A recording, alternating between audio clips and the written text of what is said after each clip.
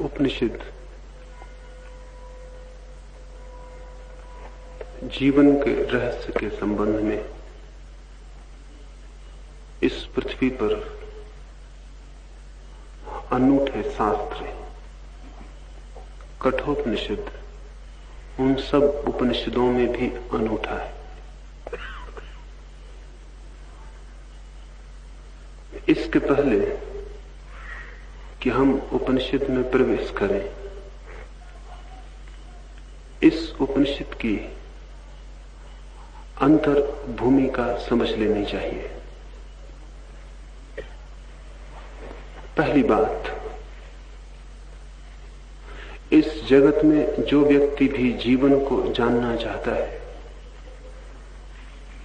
उसे स्वयं ही मृत्यु से गुजरे बिना और कोई उपाय नहीं।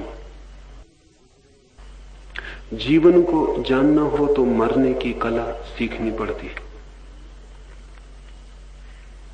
जो मृत्यु से भयभीत है वो जीवन से भी अपरिचित रह जाता है, क्योंकि मृत्यु जीवन का गुह्यतम गहन से गहन केंद्र है। केवल वे ही लोग जीवन को जान पाते हैं जो सचेतन होशपूर्वक स्वागत से भरे हुए मृत्यु में प्रवेश कर सकते हैं। मरते सभी हैं, लेकिन सभी लोग मरने के कारण जीवन को नहीं जान पाते।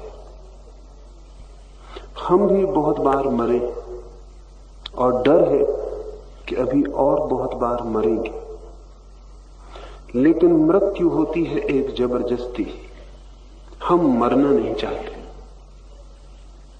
मरना पड़ता है, इसलिए मृत्यु होती है एक दुख, एक पीड़ा, एक संताप। और मृत्यु की पीड़ा इतनी गहन है कि उस पीड़ा को झेलने का एक ही उपाय है कि आप मूर्छित हो जाएं। इसलिए मरने के पहले ही हम मूर्छित हो जाते। सर्जन तो बहुत बाद में खोज पाए कि पीड़ा से बचने का उपाय बेहोशी है, लेकिन प्रकृति को सदा से पता है। मृत्यु के भय के कारण, पीड़ा के कारण चेतना मूर्छित हो जाती। हम सब मरते हैं मूर्छा में, बहुत बार मरे हैं बेहोश, इसलिए हमें कोई स्मरण नहीं। बहुत बार जन्मे भी हैं लेकिन बेहोश, हमें उसका भी कोई स्मरण नहीं। अतीत की तो बात छोड़ दें, इतना तो निश्चित ही है कि इस बार आप जन्मे, लेकिन इस जन्म का भी कोई स्मरण नहीं। जिसकी मृत्यु मूर्छा में होती है उसका जन्म भी मूर्छा में होता है, क्योंकि मृत्यु एक पहलू है उसी सिक्के का, जन्म जिसका दूसरा पहलू है। एक छोर पर जो बेहोश है वो दूसरे छोर पर भी बेहोश ही होगा।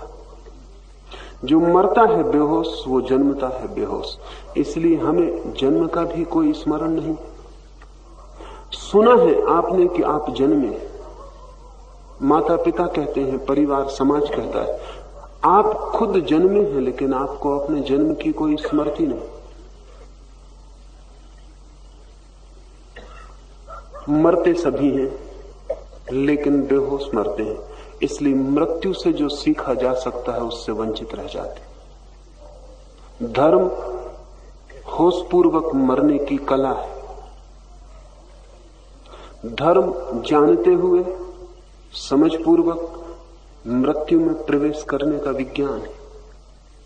और जो व्यक्ति होशपूर्वक मृत्यु में प्रवेश कर जाता है उसके लिए मृत्यु सदा के लिए समाप्त हो जाती है, क्योंकि होशपूर्वक मरते हुए वो जानता है कि मैं मर ही नहीं रहा हूं। होशपूर्वक मरते हुए वो जानता है कि जो मर रहा है वो मेरी देह है, शरीर है, वस्त्रों से ज्यादा नहीं। और जो मेरी अंतर चेतना है वो मृत्यु में भी प्रज्वलित है। मृत्यु की आंधी भी उसे बुझा नहीं पाती। मृत्यु में जो जानता है, जागता है, होश से भरा है, उसके लिए मृत्यु समाप्त हो गई। जो बेहोश मरता है उसी के लिए मृत्यु है, जो होश पूर्वक मरता है उसके लिए कोई मृत्यु नहीं। फिर मृत्यु ही उसके लिए अमृत का द्वार हो जाती। जो होश पूर्वक मरता है वो होश पूर्वक जन्मता भी है, और जो होश पूर्वक जन्मता है उसके जीवन का पूरा गुण बदल जाता है, वो होश पूर्वक जीता भी है। उसका रोआ रोआ, उसकी चेतना का कण कण प्रकाश से, ज्ञान से, बुद्धत्व से भर जाता है। जो व्यक्ति होश पूर्वक जन्मता है उसकी फिर कोई मृत्यु नहीं होती, फिर उसका कोई जन्म नहीं होता, फिर ये देह छूट जाती है, लेकिन परम ब्रह्म में लीनता शेष रहती है। उसे ज्ञानियों ने निर्वाण कहा है, ब्रह्म उपलब्धि कही है, मोक्ष कहा है, कैवल्य कहा। जिसने मृत्यु को पहचान कर अमृत को जान लिया, शरीर से उसके संबंधों का फिर कोई कारण नहीं रह जाता। शरीर से हम जुड़ते हैं क्योंकि हम बेहोश हैं। बेहोशी हमारा शरीर से जोड़ है, वही सेतु है।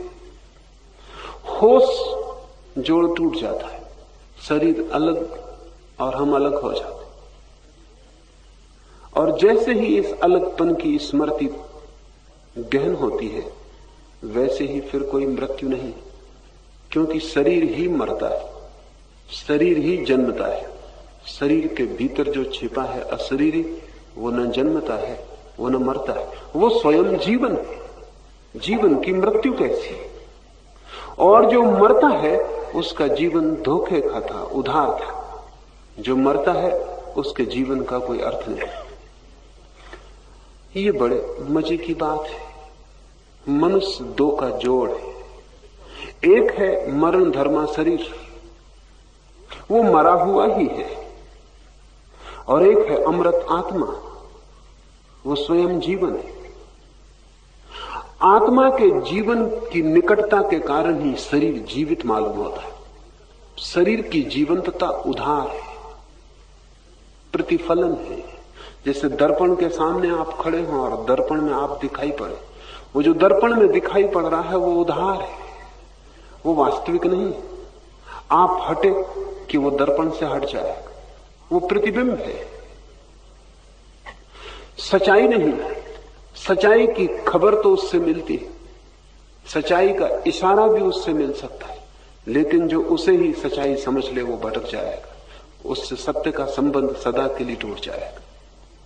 शरीर सिर्फ खबर देता है भीतर छिपे जीवन की। शरीर जीवित मालूम होता है सिर्फ निकटता के कारण, सानिध्य के कारण। आत्मा की जीवंतता इतनी प्रगाढ़ है कि मुर्दा शरीर भी जीवित हुआ मालूम पड़ता है। लेकिन जो इस शरीर के जीवन को ही जीवन समझ लेता है, वो जीवन को जानने से वंचित हो जाता है। मृत्यु में प्रवेश का अर्थ है दर्पण से हटकर मूल में प्रवेश। इस उपनिषद का सारभूत यही है, शेष कथा है। लेकिन शेष कथा भी बड़ी मधुर है और बहुत सी अनूठी बातों की सूचक है। कठोपनिषद बहुत बार आपने पढ़ा होगा, बहुत बार कठोपनिषद के संबंध में बातें सुनी होगी, लेकिन कठोपनिषद जितना सरल मालूम पड़ता है उतना सरल नहीं है।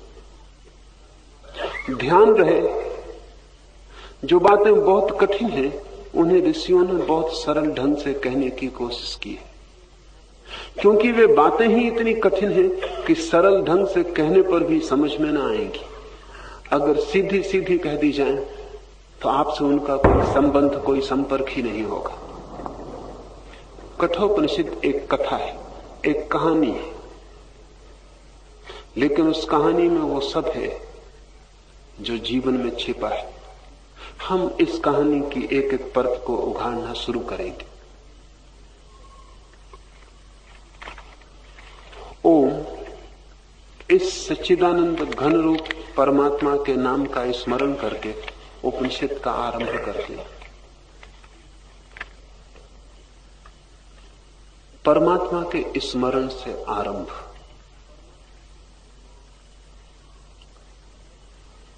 जीवन में हम भी बहुत आरंभ करते हैं, लेकिन सभी आरंभ अहंकार के स्मरण से होते। हम जो भी करते हैं उसमें मैं मौजूद होता हूं। असल में हम करते ही इसलिए हैं कि मैं घना हो, सघन हो, मजबूत हो। हमारी सारी क्रियाएं मैं को ही मजबूत करने की चेष्टाएं। हमारा सारा कर्तापन अहंकार को भरने की कोशिश है। इसलिए संसार में सभी कुछ प्रारंभ हो सकता है अहंकार से, लेकिन धर्म का प्रारंभ अहंकार से नहीं हो सकता। धर्म का प्रारंभ निरअहंकार से होगा। परमात्मा का स्मरण इस बात का स्मरण है कि मैं नहीं हूं, तू है। मेरा होना न होने के बराबर है। मैं तेरे स्मरण से शुरू करता हूं, उसका अर्थ है कि मैं अपने को केंद्र से हटा लेता हूं। तू केंद्र पर है, मैं परिधि बनता हूं। मैं गौण हो जाता हूं, तू प्रमुख है। परमात्मा का स्मरण अगर वास्तविक हो तो मात्र स्मरण से ही सब कुछ घट सकता है। शायद आगे उपनिषद में जाने की जरूरत भी न रह जाए। मात्र स्मरण की तू ही सब कुछ है और मैं कुछ भी नहीं। अगर ये सचमुच वास्तविक हो जाए, जीवंत हो जाए, अनुभव बन जाए, पूरे प्राण हमारे इसी एक भाव से भर जाएं, पूरा श्वास का हृदय की धड़कन धड़कन एक ही गूंज से उठ जाए प्रभु के स्मरण से, तो शायद आगे जाने की कोई भी जरूरत नहीं। या आगे जो कहा गया है वो ऐसे लोगों ने कहा है जो ऐसे स्मरण से भर गए। जिन्होंने इस स्मरण को जाना उनके लिए जीवन के सारे रहस्य खुल गए। उनके लिए कहीं कोई पर्दा न रहा। उनके लिए जीवन एक खुली किताब हो गई। ऋषि कहता है प्रभु के स्मरण से हम इस उपनिषद का प्रारंभ करते हैं। आपसे भी मैं कहूंगा इस साधना शिविर का प्रारंभ आप अपने से ना करें, प्रभु स्मरण से करें। जो अपने से करेगा वो खाली हाथ लौट जाए। जो अपने से करेगा वो व्यर्थ ही आया, वो आया ही नहीं। क्योंकि ध्यान वहीं शुरू होता है जहां आप समाप्त होते हैं। जहां तक आप हैं वहां तक कोई ध्यान नहीं। आपकी मृत्यु, आपका मरना ही ध्यान है। प्रभु के स्मरण का अर्थ है कि मैं मूल्यवान नहीं हूं कि मेरा स्मरण करूं। मैं हट जाता हूं, मैं जगह दे देता हूं। और जब आप जगह दे देते, जैसे कोई द्वार खोल दे और बाहर का सूरज भीतर प्रवेश कर जाए, जैसे ही आप हट जाते हैं कि शाश्वत प्रकाश आपके भीतर भरना शुरू हो जाता है। आपके अतिरिक्त और कोई बाधा नहीं। लोग मेरे पास आते हैं और पूछते हैं क्या है बाधा, क्या है अड़चन। बड़ी कोशिश करते हैं, ध्यान की नहीं होता। प्रार्थना करते हैं, अधूरी रह जाती। स्मरण करते हैं, छूट जाता है। माला फेरते हैं, हाथ में ही रह जाती, भीतर कुछ और फिरने लगता है। मंदिर में जाते हैं, पहुंच नहीं पाते। शास्त्र पढ़ते हैं, कहीं भी प्राण उससे स्पंदित नहीं होते। क्या बाधा है, क्या अड़चन? कोई और बाधा होती तो मैं भी छीन सकता था। आप ही बाधा हैं। आपके अतिरिक्त इस बाधा को और कोई भी मिटा नहीं सकता। प्रभु के स्मरण का अर्थ है मैं अपने को हटाता हूं, मैं अपने को भूलता हूं और तुझे स्मरण करता हूं। पर हम बड़े मजेदार लोग हैं। हम प्रभु का स्मरण भी करते हैं तो भी हम ही स्मरण करते हैं। और जहां आप मौजूद हैं वहां प्रभु मौजूद नहीं हो सकता। आपके और उसके मिलने का कोई भी उपाय नहीं। आपकी उससे कभी कोई मुलाकात ना होगी, कभी हुई नहीं किसी की। जब व्यक्ति मिट जाता है तब उसका प्रकट होना शुरू होता है। कबीर ने कहा है कि बड़ी उलझन है, पहले मैं खोजता था, खोजते खोजते खुद खो गया, अब तुम मिले हो, लेकिन तुम मिले हो तब मैं नहीं। जो खोजने निकला था वो अब नहीं। कबीर ने कहा है, जब मैं तुम्हें पुकारता फिरता था, खोजता था, तुम्हारा कोई पता न चलता था, और अब तुम मेरे पीछे पीछे घूमते हो, कबीर कबीर बुलाते, और अब मैं नहीं हूं। आज तक किसी मनुष्य का परमात्मा से मिलन नहीं हुआ, कभी हो भी नहीं सकता। वो मिलन असंभव है। वो वैसा ही असंभव है जैसे प्रकाश और अंधेरे का कोई मिलन नहीं होता। अंधेरा होता है तो प्रकाश नहीं होता, प्रकाश होता है तो अंधेरा नहीं होता। आप अंधेरा हैं। हम स्मरण भी करते हैं प्रभु का, तो इस अंधेरे के भीतर ही वो स्मरण भी, हम उस स्मरण को भी इस अंधेरे का एक अंग बना लेते। हमारा धर्म भी हमसे छोटा होता है, हमारी प्रार्थना भी हमसे छोटी होती है। और जैसे हम और चीजें संभाल के रखते हैं, वैसे ही अपनी प्रार्थना को भी संभाल के रख लेते हैं, लेकिन मालिक अहंकार ही होता है। प्रभु के स्मरण का अर्थ है कि अब मैं नहीं हूं। और अगर एक बार पूरे हृदय से ये ख्याल आ जाए कि मैं नहीं हूं, तो आप सब कुछ हो जाते, कुछ और पाने को शेष नहीं रह जाता। प्रभु स्मरण स्वयं का विस्मरण, स्वयं का स्मरण प्रभु का विस्मरण। वो जो हमारे भीतर छिपा है तब तक छिपा रहेगा जब तक हमारा अहंकार, जब तक मैं का भाव मजबूत है। जैसे ही मैं भाव हटता है, वो जो भीतर छिपा है प्रकट हो जाता है। वो जो भीतर छिपा है वो परमात्मा है। परमात्मा कहीं कोई आकाश में नहीं बैठा है। इसलिए अगर आप आकाश की तरफ अपनी प्रार्थनाएं भेज रहे हैं तो व्यर्थ ही भेज रहे हैं। और परमात्मा किसी मंदिर में भी नहीं छिपा है। अगर आप किसी मंदिर की तलाश कर रहे हैं, आप समय और जीवन नष्ट कर रहे हैं। परमात्मा आपके भीतर छिपा है, लेकिन जब तक आप हैं तब तक जो भीतर छिपा है वो प्रकट ना हो सकेगा। ऐसे ही जैसे एक बीज जब टूट जाता है तो अंकुरित होता है, वो वृक्ष बन जाता है। बीज की खोल ही वृक्ष को छिपाए हुए है। जब तक आप टूट न जाएंगे और मिट्टी में न मिल जाएंगे, जब तक आप खो न जाएंगे, मर न जाएंगे, तब तक आपके भीतर जो छिपा है वो प्रकट नहीं होगा। आप बाधा हैं। इसलिए उपनिषद शुरू होता है प्रभु के स्मरण से। प्रसिद्ध है कि यज्ञ का फल चाहने वाले वाजश्रवा के पुत्र उद्दालक ने अपना सारा धन विश्वजित यज्ञ में ब्राह्मणों को दे दिया। उसका नचिकेता नाम से एक प्रसिद्ध पुत्र था।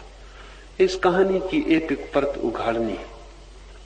प्रसिद्ध है कि यज्ञ का फल चाहने वाले वाजश्रवा के पुत्र उद्दालक ने विश्वजित यज्ञ में अपना सारा धन ब्राह्मणों को दे दिया।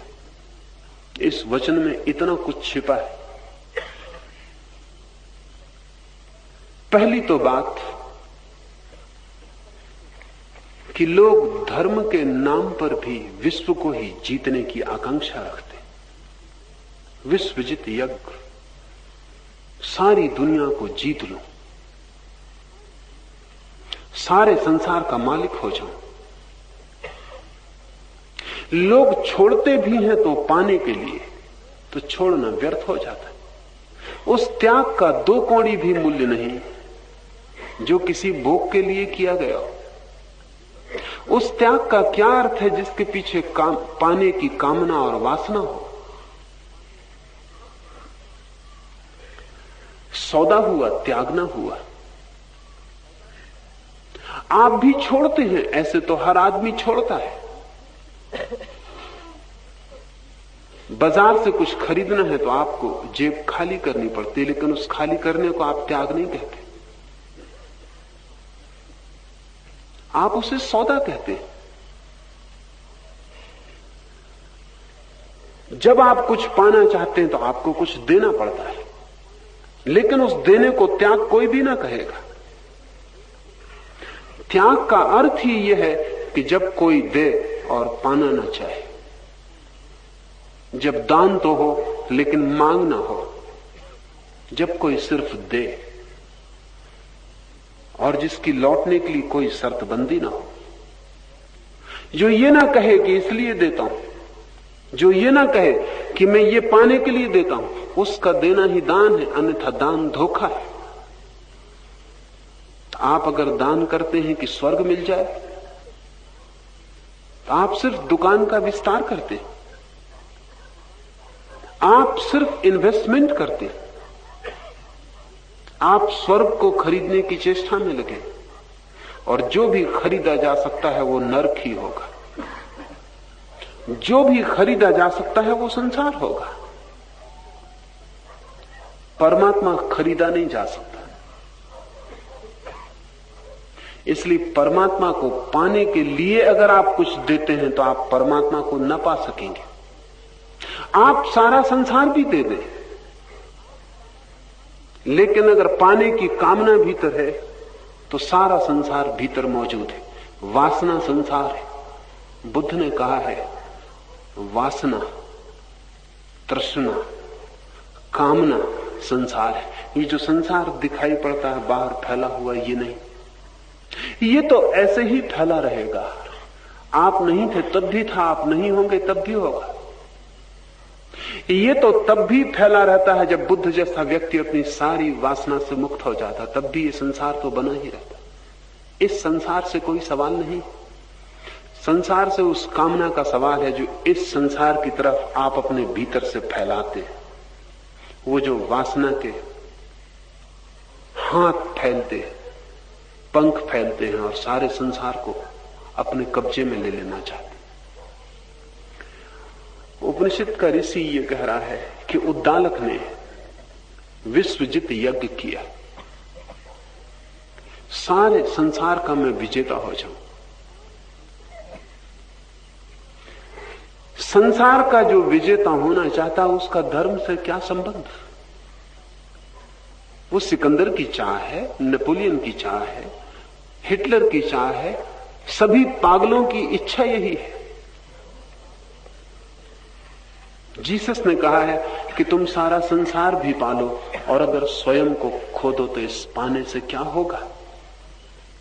उद्दालक सारे संसार को जीतने की आकांक्षा से भरा है, स्वयं को पाने की कोई आकांक्षा नहीं दिखाई पड़ती, स्वयं का कोई ख्याल भी नहीं। उद्दालक का धर्म से कोई भी संबंध नहीं। उद्दालक कुलीन है, बड़ी प्रसिद्ध उसकी वंश परंपरा है।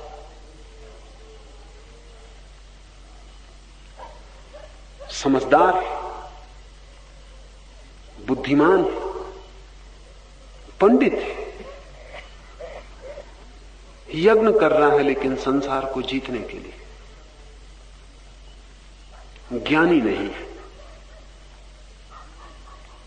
अनुभवी है, उम्र है उसकी, लेकिन फिर भी अनुभव निचोड़ के ज्ञान नहीं बन पाया है। तो वो धर्म के नाम पर जो कुछ भी करेगा वो सिर्फ औपचारिक होगा, फॉर्मल होगा, उसके भीतर अंतरात्मा नहीं होगी। उसने अपना सारा धन ब्राह्मणों को दे दिया, लेकिन वासना है विश्व विजय की, वासना है ख्याति की, यश की, वासना है अहंकार की। अहंकार सब कुछ छोड़ सकता है, सिर्फ आप अहंकार को भर मत छोड़ें। तो अहंकार सब छोड़ सकता है, महलों को लात मार सकता है, सिंहासनों को लात मार सकता है, धन को फेंक सकता है, पत्नी बच्चों को त्याग सकता है। अहंकार सब छोड़ सकता है अगर आप अहंकार भर को संभालने को राजी हो। अहंकार डरता है सिर्फ एक बात से कि आप उसको न छोड़ दें। आप सब छोड़ें, क्योंकि अहंकार बड़ा कुशल है, आप जो भी छोड़ते हैं उसी से अपने को भर लेता है। अहंकार धन से ही नहीं भरता, त्याग से भी अपने को भर लेता है।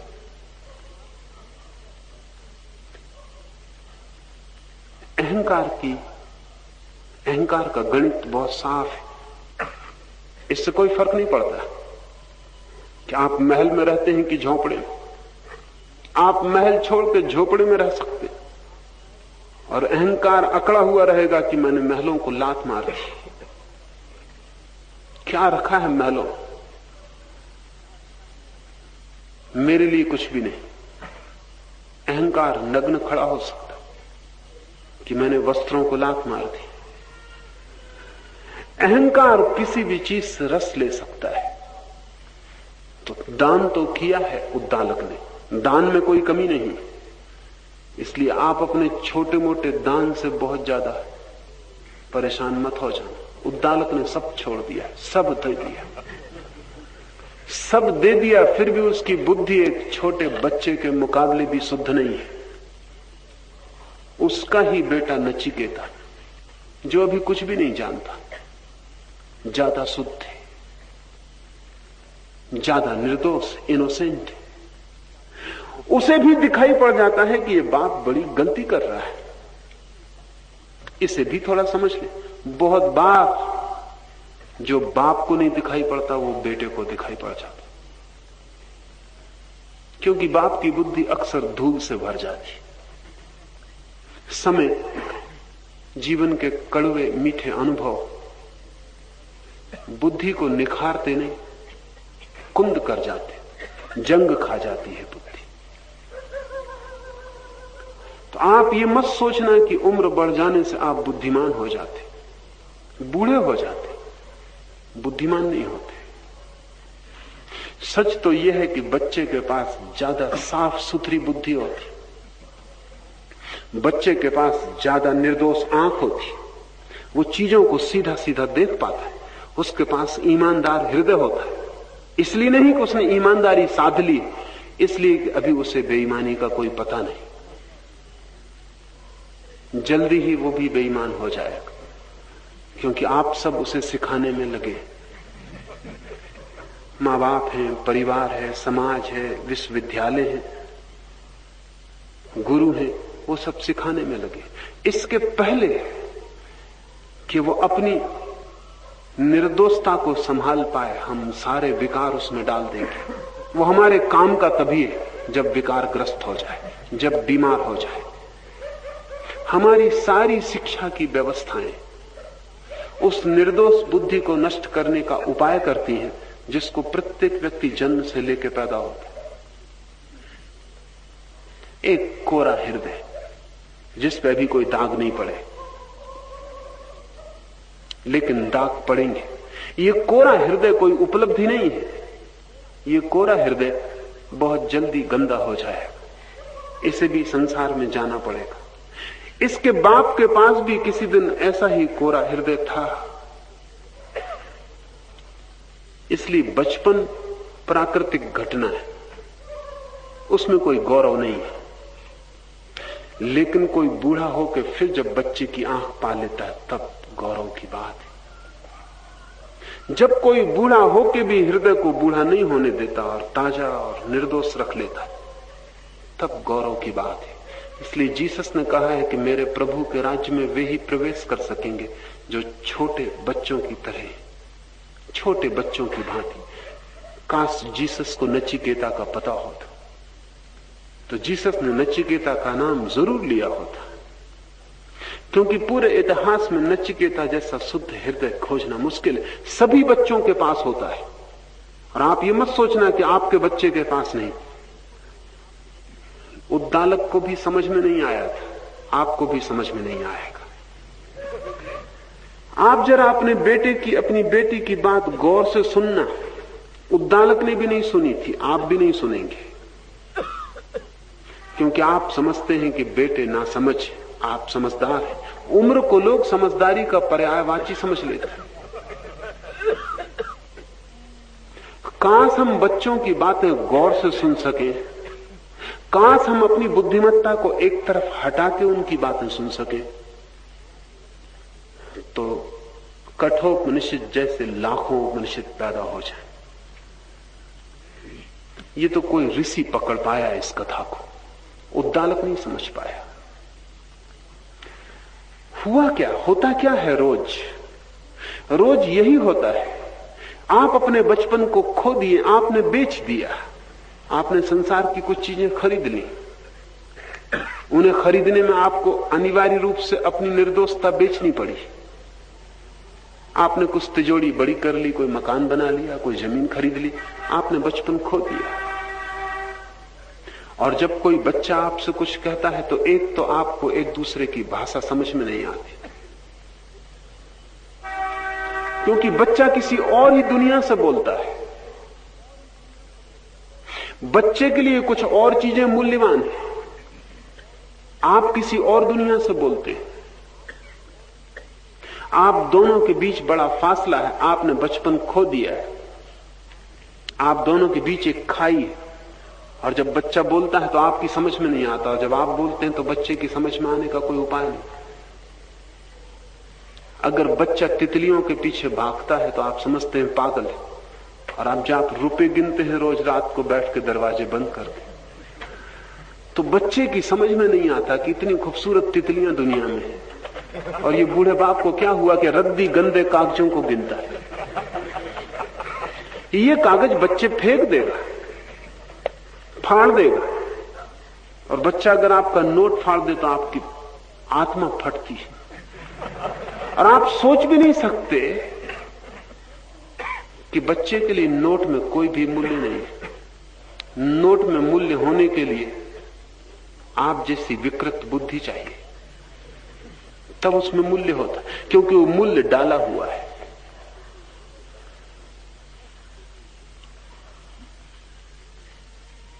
मैं देखता हूं, कभी किसी घर में ठहरा हुआ था, बाप बेटे पर नाराज हो रहा है और उसको कह रहा है कि मैंने 25 बार तुम्हें कह दिया कि अपने छोटे भाई को मत मारो, फिर तुमने मारा, और इतनी बार समझा दिया कि अपने से छोटे को मारना बुरा है, और बाप उसको एक चांटा मारता है। और वो लड़का चौंक के देखता और वो कहता है मैं भी छोटा हूं और आप बड़े। लेकिन बाप की बिल्कुल समझ में नहीं आता कि इसमें कुछ भूल हो रही है। बेटे को दिखाई पड़ रहा है कि मैं अपने से छोटे को मारता हूं तो गलती है, मुझसे बड़ा मुझे मार रहा है, और इसीलिए मार रहा है कि छोटे को मारना बुरा है, तो कोई गलती नहीं। और बच्चा इससे क्या सीख रहा है? बच्चा इससे सिर्फ इतना ही सीख रहा है कि छोटे को मारना बुरा नहीं है, ठीक से बड़ा होना जरूरी है। ये बच्चा कल बड़ा हो जाएगा, और बाप कल धीरे धीरे छोटा हो जाएगा, बूढ़ा हो जाएगा, तब बहुत बहुत तरकीबों से ये बच्चा भी बाप को मारेगा। सब लड़के बाप को मारते, तरकीबें बदल जाती है, और बाप तब पीड़ित होते हैं और दुखी होते हैं, और उन्हें पता नहीं कि ये केवल उनने ही जो आवाज दी थी वही वापस लौट रही है। उन्होंने जो बीज बोए थे वे ही काटे जा रहे हैं। अब फसल काटने का वक्त आ गया। हर बाप अपने बेटे के साथ जो करता है बचपन में, बेटा बाप के बूढ़े होने पर वही करेगा, क्योंकि बाप बूढ़ा होकर फिर कमजोर हो गया, दीन हो गया।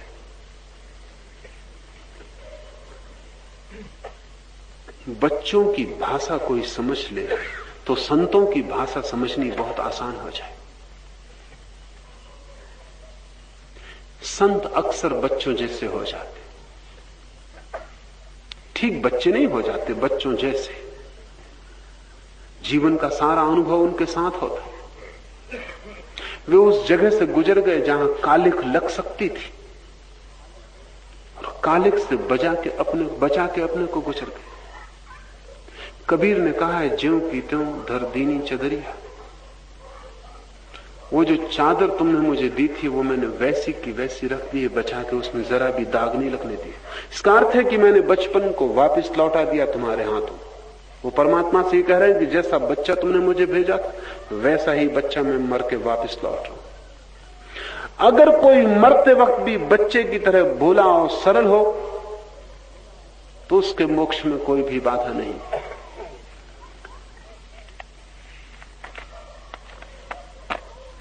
उसका नचिकेता नाम का एक पुत्र था, जिस समय ब्राह्मणों को दक्षिणा के रूप में देने के लिए गौएं लाई गई, ये बच्चे को दिखाई पड़ा, बाप को दिखाई नहीं पड़ा। ये गौएं अपनी आखिरी पानी पी चुकी, आखिरी चारा चल चुकी, इनका आखिरी दूध दुह लिया गया। नचिकेता को विचार उठने लगा मन में कि इन गौओं को दान देने का क्या अर्थ है। लेकिन गौएं लोग दान ही तब देते जब उनका आखिरी दूध निकाल लिया जा चुका हो। गौओं का ही नहीं, सभी चीजों का आप तभी दान करते हैं जब आखिरी दूध निकाल लिया गया। क्वेकर ईसाइयों का एक छोटा सा अनूठा संप्रदाय है। क्वेकर संप्रदाय का एक नियम है कि हर सप्ताह एक चीज दान करें, लेकिन वो चीज वही हो जो आपको सबसे ज्यादा प्रिय है। जिसको आप बिल्कुल दान न करना चाहेंगे वही दान करें, नहीं तो दान का कोई अर्थ नहीं। आप भी दान करते हैं, घर में जो कूड़ा करकट इकट्ठा हो जाता है, जिसकी आपको कोई जरूरत नहीं रह जाती, उसका आप दान करते हैं। आप सोचते होंगे कि बहुत धनपति इतना दान करते हैं, उनके लिए धन की कोई जरूरत नहीं रह गई, दूध दुह लिया गया। धन की एक सीमा है, उसके बाद उसमें से दूध नहीं निकाला जा सकता। अब समझें कि एंड्रू कार्नेगी या फोर्ड या रॉकफेलर या बिरला, अब ये धन से क्या खरीद सकते हैं जो इनके पास नहीं है। अब धन से जो भी खरीदा जा सकता है वो ये खरीद चुके हैं। अब धन फिजूल है। अब इस धन का क्या करें? अब इससे स्वर्ग खरीदने की कोशिश शुरू होती तो बिरला मंदिर खड़े होने लगते। ये गाय का दूध दुह लिया गया है। ये इस धन से अब कुछ मिलने वाला नहीं था। जो मिल सकता था वो मिल चुका है, और ये धन फिजूल था। फिजूल धन को लोग परमात्मा की तरफ लगाते, हृदय को नहीं, कूड़े कचरे को लगाते। नचिकेता को दिखाई पड़ने लगा। उपनिषद का ऋषि कहता है नचिकेता में श्रद्धा का आवेश हो गया। असल में भोलापन श्रद्धा है, सरलता श्रद्धा है। नचिकेता कोई तर्क नहीं कर सकता, लेकिन तर्क की कोई जरूरत नहीं। एक छोटे बच्चे को भी यह दिखाई पड़ रहा है कि इस गाय में से दूध तो निकलता नहीं है, तो इसे दान क्यों किया जा रहा है? बाप नाराज होगा ही, क्योंकि ये बात चुभने वाली है। ये घाव को छूना है। बेटे अक्सर घाव को छू देते, ये बाप को चुभने वाली बात। ये तो बाप भी जानता है कि दूध नहीं देती, इसीलिए तो दान दे रहा है। अगर दूध अभी बाकी होता तो बाप ने दान दिया ही नहीं होता। बाप इतना ना समझ नहीं जितना नचिकेता है। शुद्ध आंख के लिए एक तरह की नासमझी चाहिए। समझदारी चालाक हो जाती है। इसलिए दुनिया जितनी समझदार होती जाती है उतनी चालाक होती जाती है। लोग मुझसे कहते हैं कि विश्वविद्यालयों से इतने लोग निकलते हैं पढ़ लिख कर, तो दुनिया में चालाकी घटनी चाहिए। वो बढ़ रही है, मैं कहता हूं वो बढ़ेगी, क्योंकि समझदारी से चालाकी बढ़ती है, घटती नहीं। जब एक आदमी गणित ठीक ठीक करने लगता है, तर्क ठीक ठीक बिठाने लगता है, तो चालाकी बढ़ेगी, घटेगी नहीं। दुनिया जितनी सार्वभौम रूप से शिक्षित होगी उतनी सार्वभौम रूप से चालाक और कनिंग हो जाएगी। हो ही गई है। किसी भी व्यक्ति को शिक्षित कर दे और फिर अगर वो भोला रह जाए तो समझें कि संत है। शिक्षित होते से ही भोलापन खो जाता है। ये बाप भी जानता है, बाप होशियार है, गणित जानता है।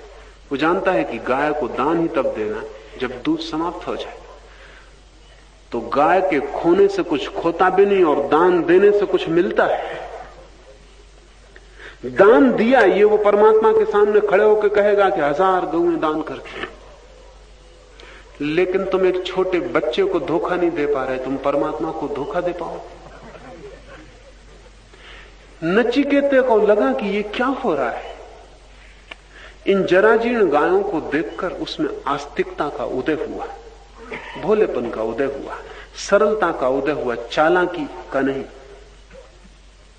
मेरे हिसाब में भी नास्तिकता एक गणित है और आस्तिकता एक भोलापन है। नास्तिक कहता है कि मैं सिद्ध कर सकता हूं कि ईश्वर नहीं है, उसके पास गणित और तर्क है। और जब कोई आस्तिक भी कहता है कि मैं सिद्ध कर सकता हूं कि ईश्वर है, तो समझना कि वो आस्तिक नहीं, वो भी नास्तिक ही है। आस्तिक तो कहता है कि मैं सिद्ध तो नहीं कर सकता लेकिन ईश्वर है। आस्तिक कहता है तुम सिद्ध भी कर दो कि ईश्वर नहीं है तो भी मैं कहता हूं कि ईश्वर है, क्योंकि ईश्वर होना गणित और तर्क और बुद्धि की बात नहीं, मेरे हृदय का गहन अनुभव है। आस्तिक कहता है कि तुम कितनी ही कोशिश करो, तुम कितना ही सिद्ध करो, तुम्हारे सब सिद्ध करने से इतना ही सिद्ध होता है कि तुम होशियार हो, कुशल हो, गणितवान हो, तर्कवान हो। ईश्वर असिद्ध नहीं होता। रामकृष्ण के पास केशव चंद्र ने आके सिद्ध करने की कोशिश की थी कि ईश्वर नहीं, और आशा रखी थी कि रामकृष्ण जवाब देंगे। और जब केशव चंद्र तर्क करने लगे तो रामकृष्ण हर तर्क पर उठ उठ के केशव चंद्र को गले लगा लेते थे। केशव चंद्र बड़ी मुश्किल में पड़े, वो ईश्वर को असिद्ध कर रहे थे और ये ना समझ नहीं रहा है या क्या मामला है, क्योंकि आस्तिक को तो नाराज हो जाना चाहिए, उसको जवाब देना चाहिए, प्रत्युत्तर देना चाहिए। और जब प्रत्युत्तर न मिले तो केशव भी हतप्रभ हुए, उनके साथ आए हुए लोग भी बड़ी मुश्किल में पड़े, क्योंकि सोचा था आज बड़ा आनंद होगा और सोचा था कि ये ना समझ रामकृष्ण गंवार बेपढ़ा लिखा आज बड़ी मुश्किल में पड़ेगा। इसकी फजीयत देखने काफी लोग इकट्ठे हो गए थे, लेकिन फजीयत रामकृष्ण की करनी मुश्किल है। ना समझ की फजीयत कैसे करिएगा, समझदार की भर की जा सकती है। जब केशव चंद थक गए और उदास हो गए और उन्होंने पूछा कि आप कोई जवाब ना देंगे, रामकृष्ण ने कहा जवाब क्या दूं, तुम्हें देखकर मुझे और पक्का भरोसा आ गया कि ईश्वर है। केशव चंद्र ने कहा मुझे देखकर, रामकृष्ण ने कहा तुम्हें देखकर, क्योंकि ऐसी प्रतिभा बिना ईश्वर के जगत में हो नहीं सकती। रामकृष्ण ने कहा ईश्वर के अतिरिक्त और कौन ईश्वर को गलत सिद्ध कर सकता है। ये आस्तिक उपनिषद का ऋषि कहता नचिकेता को श्रद्धा का जन्म हुआ और उसे लगा कि इन जराजीर्ण गायों को देखकर पिता क्या कर रहे हैं, जो अंतिम बार जल पी चुकी, जिनका घास खाना समाप्त हो चुका, जिनका अंतिम दूध दूह लिया गया, जिनकी इंद्रियां नष्ट हो गई। ऐसी निरर्थक मरणासन्न गायों को देने वाला दाता तो नीच योनियों में, नरकाद लोकों में, जहां सब सुख समाप्त है, जहां सब सुख शून्य है, उनको प्राप्त होता है। अतः पिताजी को सावधान करना चाहिए। उसे लगा कि ये तो धोखा है, बेईमानी है, और साधारण धोखा नहीं है, परमात्मा से धोखा है। अगर आपका कोई जेब काट ले तो आपको धोखा दे रहा है। एक आदमी को धोखा दे रहा है, समझ में आता है। लेकिन जब कोई आदमी परम सत्ता को धोखा देने चल पड़ता है, तब स्वभावतः इसका परिणाम महादुख होगा, क्योंकि परम सत्ता को धोखा देने का क्या उपाय है। परम सत्ता वही है जो हमारे हृदय के अंतस्तंभ में बैठी। इसे तो उद्दालक भी जानता होगा। जिसे नचिकेता कह रहा है, उद्दालक के भीतर भी छिपा हुआ बचपन है, वो जानता है, वो भी जानता है। बेईमान से बेईमान आदमी भी भीतर जानता है कि बेईमानी है, चोर जानता है कि चोरी है, धोखा देने वाला जानता है कि धोखा है। उस भीतर के बच्चे को, उस निर्दोष तत्व को नष्ट तो किया नहीं जा सकता। वो भीतर छिपा कितना ही गहरे में हो, उसे हमने दबाया कितना ही हो, लेकिन वो मौजूद है, सजीव है, और वहां से धक्के दे रहा है। नचिकेता की बात को सुन के पिता को क्रोध आया, क्योंकि खुद का नचिकेता भी भीतर जग गया होगा चोट खाकर। उसे भीतर भी लगा होगा कि बात तो सच है। आप ध्यान रखें, जब कोई झूठ कहता है तो क्रोध नहीं आता, जब कोई सच कहता है तो क्रोध आता है।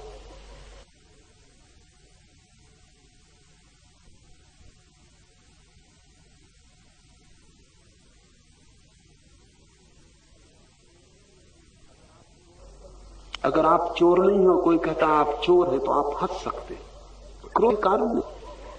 लेकिन आप चोर हैं और कोई कहता है आप चोर हैं, आप आंख से भर जाते, क्योंकि उसने कोई घाव छू दिया, उसने कोई बात जो आपने छिपा के रखी थी बाहर ला दी, उसने कोई नस छू दी जहां से मवाद बहने लगी। तो जब भी आप क्रोधित हो तो समझना कि कोई सच आपके आसपास आ गया। क्रोध बताता है कि घाव छू दिया गया। बुद्ध और महावीर क्रोधित नहीं होते क्योंकि कोई घाव नहीं है जिसको आप छू सके, कुछ छिपाया नहीं जिसे आप उघाड़ सके, सब उघड़ा हुआ है। अगर संतों को हम गाली देते हैं और वे हंसते हैं तो इसका यह कारण नहीं है कि आपकी गालियों से उन्हें बड़ा मजा आ रहा। उसका कुल कारण इतना है कि आप हंसी योग्य बात ही कर रहे हैं, हास्यास्पद है। आप अपना ही मजाक उड़वा रहे हैं, क्योंकि आपकी गाली बिल्कुल ही निरर्थक है, वो कहीं भी छूती नहीं, उससे कहीं कोई तालमेल नहीं। आपको जब कोई गाली देता है तो आप फौरन खड़े हो जाते, रक्षा के लिए। किसकी रक्षा करते हैं? भीतर कुछ छिपा है जो गाली तोड़ देगी, भीतर कुछ छिपा है जो गाली प्रकट कर देगी, भीतर कुछ छिपा है जो गाली आपको भी जागरूक कर देगी। पिता नाराज हो गया क्योंकि बेटे ने दिखता है ठीक घाव छू दिया, ठीक स्थान पर उसने हाथ रख दिया। सोचा बेटे ने, नचिकेता ने, कि पिता को सावधान करो, लेकिन बड़ा मुश्किल है। बेटा जब भी पिता को सावधान करे, पिता को बुरा लगेगा, क्योंकि ये पिता मान ही नहीं सकता कि तुम और मुझसे ज्यादा समझदार।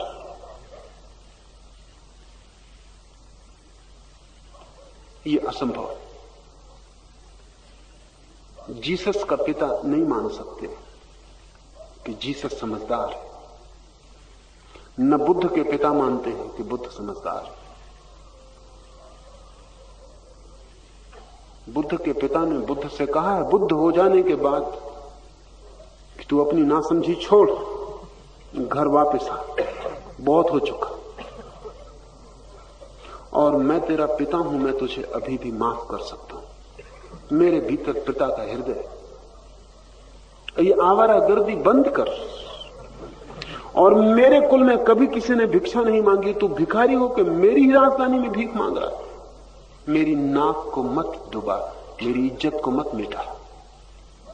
सोचे, बुद्ध का पिता कोई गैर पढ़ा लिखा आदमी नहीं था, सम्राट था, सुशिक्षित था, सुसंस्कृत था, शास्त्र पढ़े थे, ज्ञानियों के वचन सुने थे, घर में महापंडित आते थे, विद्युत समूह था आसपास। लेकिन बुद्ध को पहचानना मुश्किल है। बाप का जो अहंकार है वो ये मान नहीं सकता कि मुझसे पहले वो मेरा बेटा ज्ञान को उपलब्ध हो गया। बुद्ध ने कहा विनम्रता से कि आप ठीक कहते हैं कि आपके कुल में किसी ने भीख नहीं मांगी, लेकिन जहां तक मैं जानता हूं मैं पुराना भिखारी हूं, मैं पहले भी भीख मांग चुका हूं। बुद्ध ने कहा तू क्या अपने आप को मुझसे ज्यादा जानता? मेरा खून तेरे खून में बह रहा, मेरी हड्डियां तेरी हड्डियों में। मैंने तुझे पैदा किया, मैं तुझे भली भांति जानता हूं। बुद्ध ने कहा आप थोड़ी सी भूल कर रहे हैं, मैं आपसे पैदा हुआ, आपके द्वारा पैदा नहीं हुआ। आप एक मार्ग थे जिससे मैं आया, लेकिन आप मेरे सृष्टा नहीं। स्वभाव था जब कोई बेटा किसी बाप को कहे कि आप मेरे सृष्टा नहीं, तो पीड़ा होगी, अहंकार को चोट लगेगी। बुद्ध ने कहा कि आप एक चौराहा थे जिससे मैं गुजरा, लेकिन मेरी यात्रा बहुत पुरानी, मैं पहले भी था, आपसे पैदा होने के पहले भी था। जीसस से किसी ने कहा, जीसस एक भीड़ में खड़े और किसी ने कहा कि तुम्हारे माता और पिता तुमसे मिलने आए। तो जीसस ने कहा कि मेरे कौन माता और कौन पिता? बड़ी अजीब बात कही। क्योंकि मैं उनके भी पहले था। अब्राहम पैदा हुआ, उसके पहले भी मैं था। अब्राहम आदि पुरुष है यहूदियों का। जीसस से कोई हजारों साल पहले अब्राहम हुआ, और जीसस ने कहा बिफोर अब्राहम आई वाज, मैं पहले था। ज्ञान पिता के अहंकार को कष्ट देगा, इसलिए कोई बेटा अगर पिता को सावधान करना चाहे तो बहुत सावधानी पूर्वक सावधान करे। खतरा है। किसी और को सावधान करना ठीक है, पिता को सावधान करना खतरा है, क्योंकि वहां अहंकार को गहन चोट लग जाएगी। मेरा बेटा मुझे सावधान करे, जो मुझसे पीछे आया, जो मुझसे जन्मा, वो मुझे सावधान करे। नचिकेता ने वही भूल की। निर्दोष चित्त से कई बार भूलें होती होंगी ही। उसे लगा कि पिता भूल में पड़ रहे हैं, ये दान झूठा है, ये बेईमानी है, ये धोखा है, और इसका परिणाम महादुख होगा। ये सोचकर वो अपने पिता से बोला, आप मुझे किसको देंगे? क्योंकि पिता ने कहा था मेरा सब कुछ मैं दान कर दूंगा। तो नचिकेता को लगा कि मैं भी तो उन्हीं का हूं, और जब सब कुछ ही दान हो रहा है तो जरूर मेरा भी दान होगा। पिता बेटों को भी अपनी संपत्ति ही मानते हैं, पति पत्नियों को अपनी संपत्ति मानते हैं। हम व्यक्तियों को भी संपत्ति बना लेते हैं, कहते हैं मेरी। वस्तुएं तक जिस जगत में मेरी नहीं, वहां कोई व्यक्ति मेरा नहीं हो सकता। व्यक्ति पर कब्जा करने की कोशिश पागलपन है, लेकिन बाप को लगता है बेटा मेरा। तो नचिकेता को लगा कि पिता मेरे कहते हैं कि नचिकेता तू मेरा है, और कहते हैं कि सब मैं दान कर दूंगा, तो सीधी बात है कि अब मेरा भी दान होगा। तो पूछ लूं कि मुझे किसको दान करेंगे? इस सरल हृदय में उठा हुआ सवाल कि अगर सब कुछ ही दान कर रहे हो तो ममत्व का भी दान करोगे या नहीं? तो ममता का भी दान करोगे या नहीं? तो मोह का भी दान करोगे या नहीं? तो ये मेरा बेटा जो है, इसका भी मैं दान करूंगा या नहीं? नचिकेता ने सवाल तो ठीक पूछा है। सच तो यह है कि ममत्व ही छोड़ना चाहिए, वस्तुएं और व्यक्तियों को छोड़ने का कोई अर्थ नहीं। मेरेपन का भाव छोड़ना चाहिए। तो गायें बूढ़ी तुम दान कर रहे हो, ठीक, मुझे किसको दान करोगे? मैं किसके पास जाने वाला हूं? इससे तो बात और भी गहन चोट की हो गई। पिता को लगा ये लड़का तो सीमा से ज्यादा बढ़ा जा रहा। ये पिता ने भी नहीं सोचा था कि जब मैं कहा हूं कि मैं अपना सब कुछ दान कर दूंगा तो मेरा बेटा भी दान में दिया जाएगा। ये उसने सोचा नहीं था, ये सोचने का कोई कारण भी नहीं था। धन ही छोड़ रहा था, मोह और ममता तो नहीं। लेकिन बेटे ने चिढ़ा दिया। चोट गहरी पड़ी होगी। आप मुझे किसको देंगे? पिता चुप रह गया। चुप रह जाने से पता नहीं चलता कि आदमी क्रोधित नहीं। अक्सर तो आदमी क्रोध में चुप रह जाता। अगर बेटा चालाक होता तो वो भी चुप रह जाता, वो पिता का क्रोध समझता। लेकिन सीधा साधा बच्चा है, उसने फिर से पूछा, दोबारा पूछा, तिबारा पूछा कि मुझे किसको देंगे? पिता क्रुद्ध हो गया। और जैसा कि कोई भी पिता कहता, बिल्कुल स्वाभाविक है कि पिता ने कहा मैं तुझे मृत्यु को दे देता हूं। अक्सर बाप जब नाराज हो जाता तो कहता तू पैदा ही ना हुआ होता तो अच्छा। मां नाराज हो जाती तो कहती है मर जाओ, हटो सामने से, मिट जाओ। उद्दालक ने कहा कि मैं तुझे मृत्यु को दे देता हूं।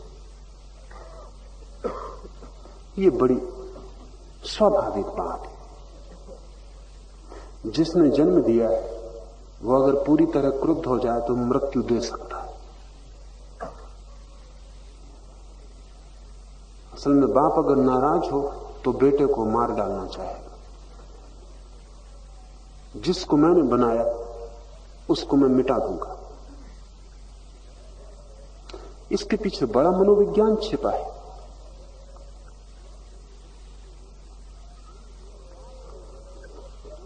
बाप के मन में जन्म देने का ख्याल है तो साथ ही मृत्यु देने का ख्याल भी छुपा हुआ है। दोनों साथ साथ है। इसलिए कोई भी बेटा अपने बाप को कभी माफ नहीं कर पाता। बड़ा कठिन। और जब कोई बेटा अपने बाप को माफ कर देता है तो साधुता का परम फूल खिलता है। बेटे बाप के खिलाफ बने रहते हैं। तुर्जनेव ने एक बहुत अद्भुत किताब लिखी है, फादर्स एंड सन्स, बाप बेटे, जिसमें तुर्गनेव ने एक मौलिक विचार, सारभूत और आधारभूत विचार पर पूरी कथा निर्मित की है। तुर्गनेव का ख्याल है कि बाप और बेटे का संघर्ष पुरातन, सनातन, सदा से चलता रहा। बाप बेटे से लड़ रहा है, बेटा बाप से लड़ रहा है, और यही संघर्ष व्यापक होकर पीढ़ियों का संघर्ष बन जाता है। जनरेशंस आपस में लड़ने लगते। आज सारी दुनिया में झगड़ा है। बेटों की पीढ़ी कुछ और कर रही, बाप की पीढ़ी कुछ और कह रही, दोनों के बीच खाई, कोई बीच में संवाद भी नहीं रहा है। और जितना संपन्न होगा देश, बाप और बेटे की खाई उतनी ही बढ़ जाएगी। जितना गरीब होगा देश, उतनी कम होगी। क्योंकि जितना संपन्न देश होगा उतना ही बेटे ज्यादा सुशिक्षित होंगे और ज्यादा देर तक जवान रहेंगे। गरीब मुल्क में 12 साल 10 साल का बच्चा भी काम में लग जाता, जुट जाता है, फिर बाल विवाह हो जाता है उसका, वो खुद ही बाप बन जाता है। इसके पहले कि ठीक से बेटा बन पाता और बाप से लड़ता, वो खुद बाप बन जाता। ये बाल विवाह बापों की बड़ी पुरानी ईजाद हो सकती है। इसके पहले कि बेटा उपद्रव खड़ा करे, उसे बाप बना देना जरूरी है। जैसे ही वो बाप बनता है, वो बाप की पीढ़ी का हिस्सेदार हो जाता, भागीदार हो जाता। आप जान के हैरान होंगे कि जब तक आप बाप नहीं बनते तब तक आप जवान बने रहते। जिस दिन आप बाप बनते उसी दिन आप बूढ़े हो जाते।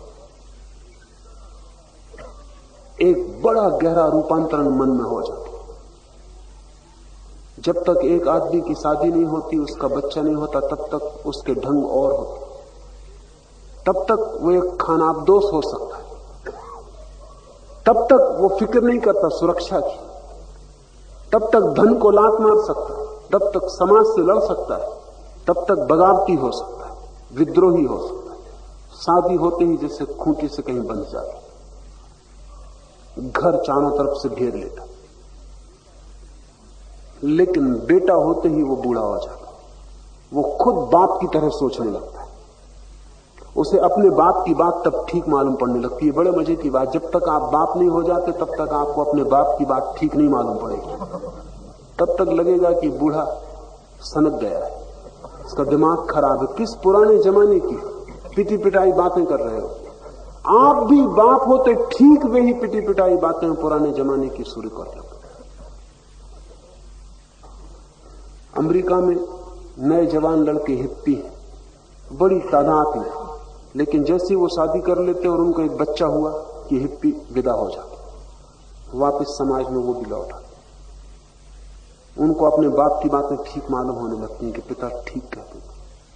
असल में अनुभव के अतिरिक्त कोई उपाय भी तो नहीं। जब तक आप पिता ना बने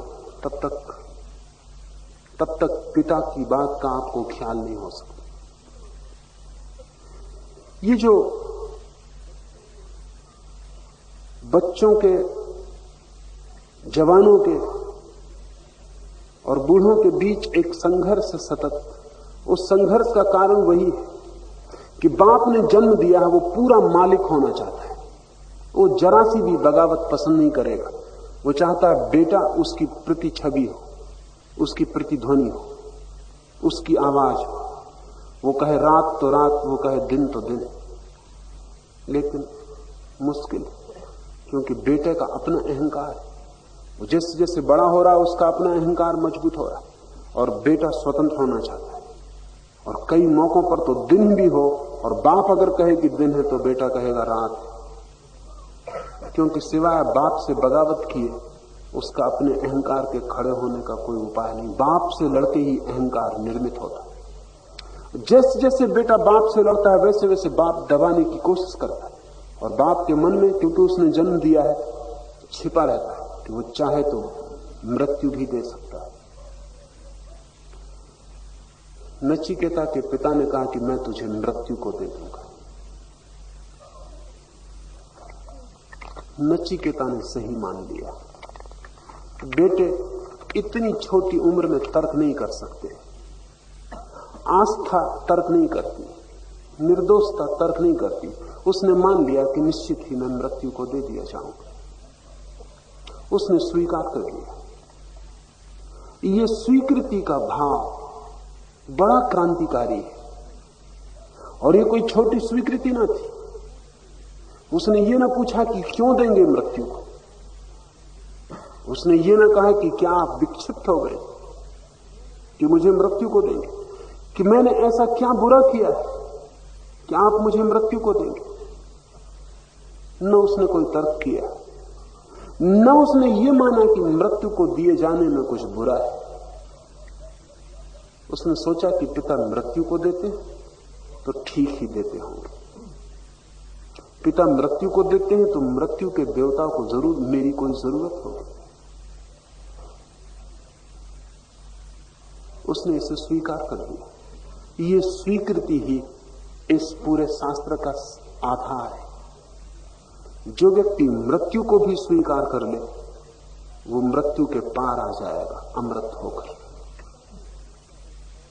इस पिता के वचन का एक और गूढ़ रहस्य भी है, एक इसका और इजोटेरिक, एक और छिपा हुआ अर्थ भी है। पुराने शास्त्रों ने कहा है कि मृत्यु गुरु, और पुराने शास्त्रों ने यह भी कहा है कि गुरु मृत्यु रूप है, क्योंकि गुरु के पास जब शिष्य जाता है तो गुरु उसे काटता है, मिटाता है, उसे इतना मिटा देता है कि वो बचता ही नहीं। उसके भीतर एक खाली शून्य पैदा हो जाता, समाधि निर्मित हो जाती। उस समाधि में ही परम से साक्षात्कार होता। शिक्षक और गुरु में फर्क है। शिक्षक आपको कुछ देता है, गुरु आपसे कुछ छीनता है। शिक्षक आपको भरता है, गुरु आपको खाली करता है। शिक्षक आपको सूचनाएं देता है, गुरु आपके पास जो अहंकार है, उस अहंकार का जो ज्ञान है तथाकथित, उसको छीन लेता है। शिक्षक आपको आजीविका देता है, गुरु आपको जीवन। आजीविका देनी हो तो आपको कुछ सिखाना पड़ता है, गणित है, भूगोल है, इतिहास है, साइंस है, केमिस्ट्री है, फिजिक्स है, कुछ सिखाना होता है। और अगर ज्ञान देना हो तो आपने जो भी सीखा है उसे अनसिखाना होता है, उसे अनलर्न करवाना होता है, उसे मिटाना होता है। स्कूल में जो, कॉलेज में, विश्वविद्यालय में जो है वो शिक्षक है। गुरु खो गया इस सदी में। गुरु वो था जिसके पास आप तब जाते थे जब आप सीखने से ऊब जाते थे और बोझ उतारना चाहते थे। इसलिए शास्त्रों ने कहा है कि गुरु मृत्यु रूप, वो मार डालता है, वो आपको मिटा देता है। और जब आप वापस लौटते हैं तो आपका पुनर्जन्म हो गया होता, आप नए होकर, द्विज होकर, ट्वाइस बॉर्न, फिर से जन्म लेकर वापस लौटते हैं। तो एक गर्भ तो मां का है, एक गर्भ गुरु का भी है। मृत्यु गुरु है। ये भी इस छिपे हुए, इस कथा का छिपा हुआ सूत्र है। और नचिकेता के लिए मृत्यु गुरु सिद्ध हुई और आपके लिए भी सिद्ध होगी। अगर आप मरना सीख जाएं तो आप सब पा जाएंगे जो पाने योग्य है, फिर पाने को कुछ शेष न रह जाए। यहां मैंने आपको बुलाया है कि आप भी नचिकेता बन सके, यहां मैं आपको भी मृत्यु के हाथ में दे देना चाहूंगा और चाहूंगा कि सब तरफ से मृत्यु आपको घेर ले और आपके भीतर जो भी मर सकता है वो मर ही जाए, और जो नहीं मर सकता, जिसको मारने का मृत्यु के पास कोई उपाय नहीं, वही केवल आपके भीतर जगमगाता हुआ बच रहे। जो कूड़ा करकट है वो जल जाए, जो स्वर्ण है वो निखर आए। इस अग्नि से आपको भी गुजरना होगा। आगे मृत्यु नचिकेता को कहती है कि वो अग्नि तेरे ही नाम से जानी जाएगी। वो अग्नि जिससे गुजर के आदमी नया होता, अमृतत्व को उपलब्ध होता। यह सुनकर नचिकेता मन ही मन विचार करने लगा कि मैं प्रथम श्रेणी के आचरण पे चलता चला आया हूं। जिसे भी शुभ कहा जाता है वो मैंने किया है। कभी कभी कठिनाई अगर होती है और प्रथम कोटि का आचरण नहीं पालन कर पाता, तो भी मैं मध्यम श्रेणी का आचरण तो निश्चित ही पालन करता रहा, और कभी भी मैंने निम्न श्रेणी का आचरण नहीं अपनाया। फिर भी पिताजी ने ऐसा क्यों कहा? जरूर ही यम का कोई कार्य होगा, लेकिन यम का कौन सा कार्य हो सकता है जो मेरे द्वारा पूरा हो? मैं मृत्यु के किस काम आ सकता हूं? इसे सोचें। स्वभावतः जब कोई आपको कहे कि मृत्यु को दे दूंगा, तो पहला ख्याल यह उठता है कि मेरी कोई भूल, मेरा कोई दोष, मेरी कोई गलती हो जिससे मुझे दंड दिया जा रहा है। लेकिन नचिकेता ने सोचा कि मैंने ऐसी कोई भूल नहीं की। जिसे शुभ कहते हैं वो मैं करता हूं, और कभी अगर चूकता भी हूं तो भी निम्न तक नहीं गिर पाता हूं, मध्य में तो रह ही जाता हूं।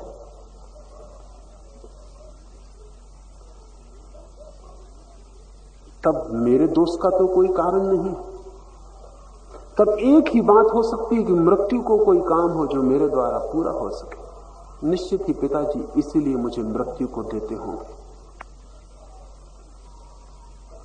ये बहुत सोचने जैसा है कि इसमें भी नचिकेता ऐसा नहीं सोचता कि पिता क्रोध के कारण देते होंगे। ये धार्मिक चित्त का लक्षण है।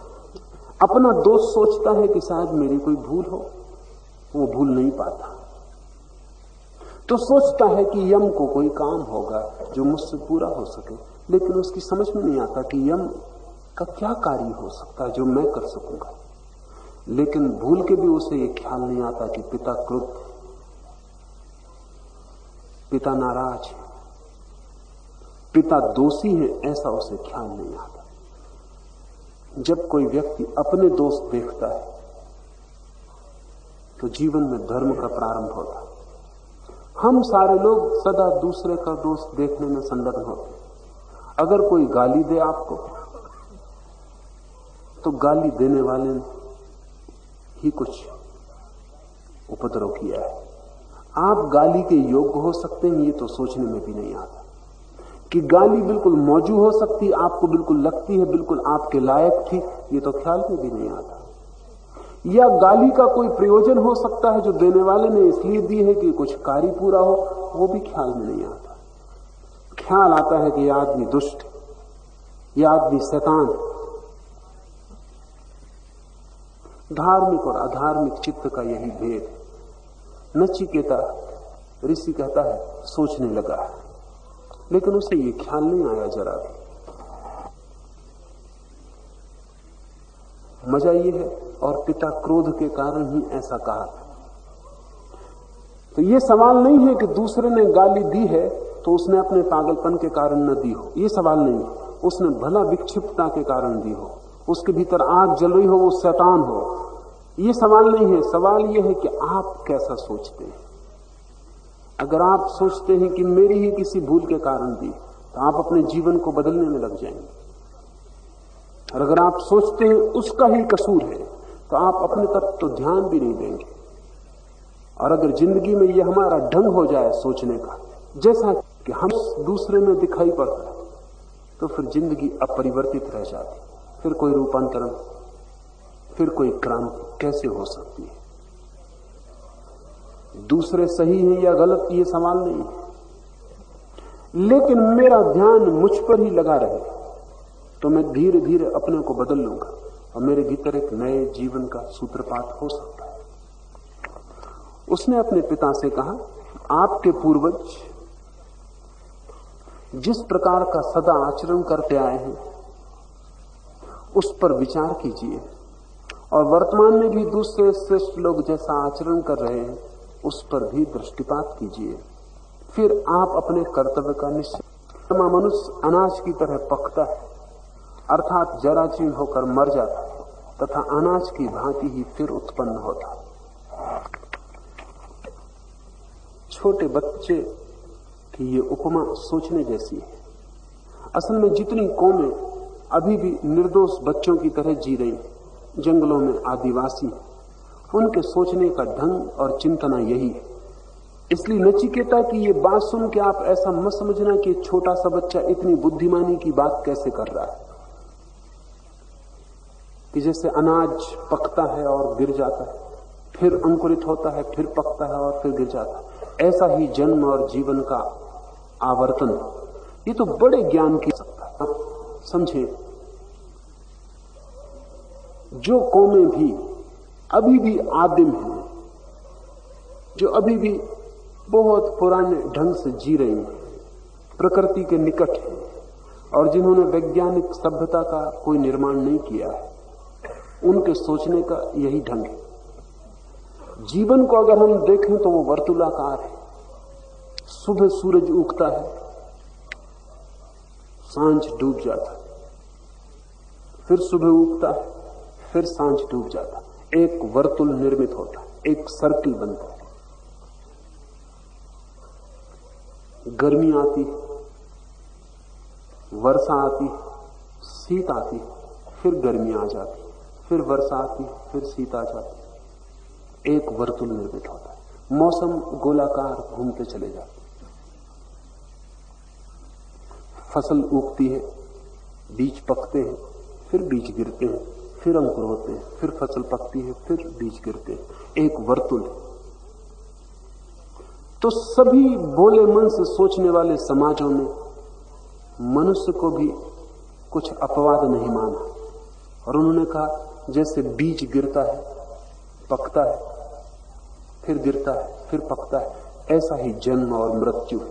आदमी मरता है, फिर जन्मता है, फिर मरता है, फिर जन्मता है। सारा जीवन वर्तुलाकार है। चांद तारे गोल घूम रहे हैं, मौसम गोल घूम रहा है।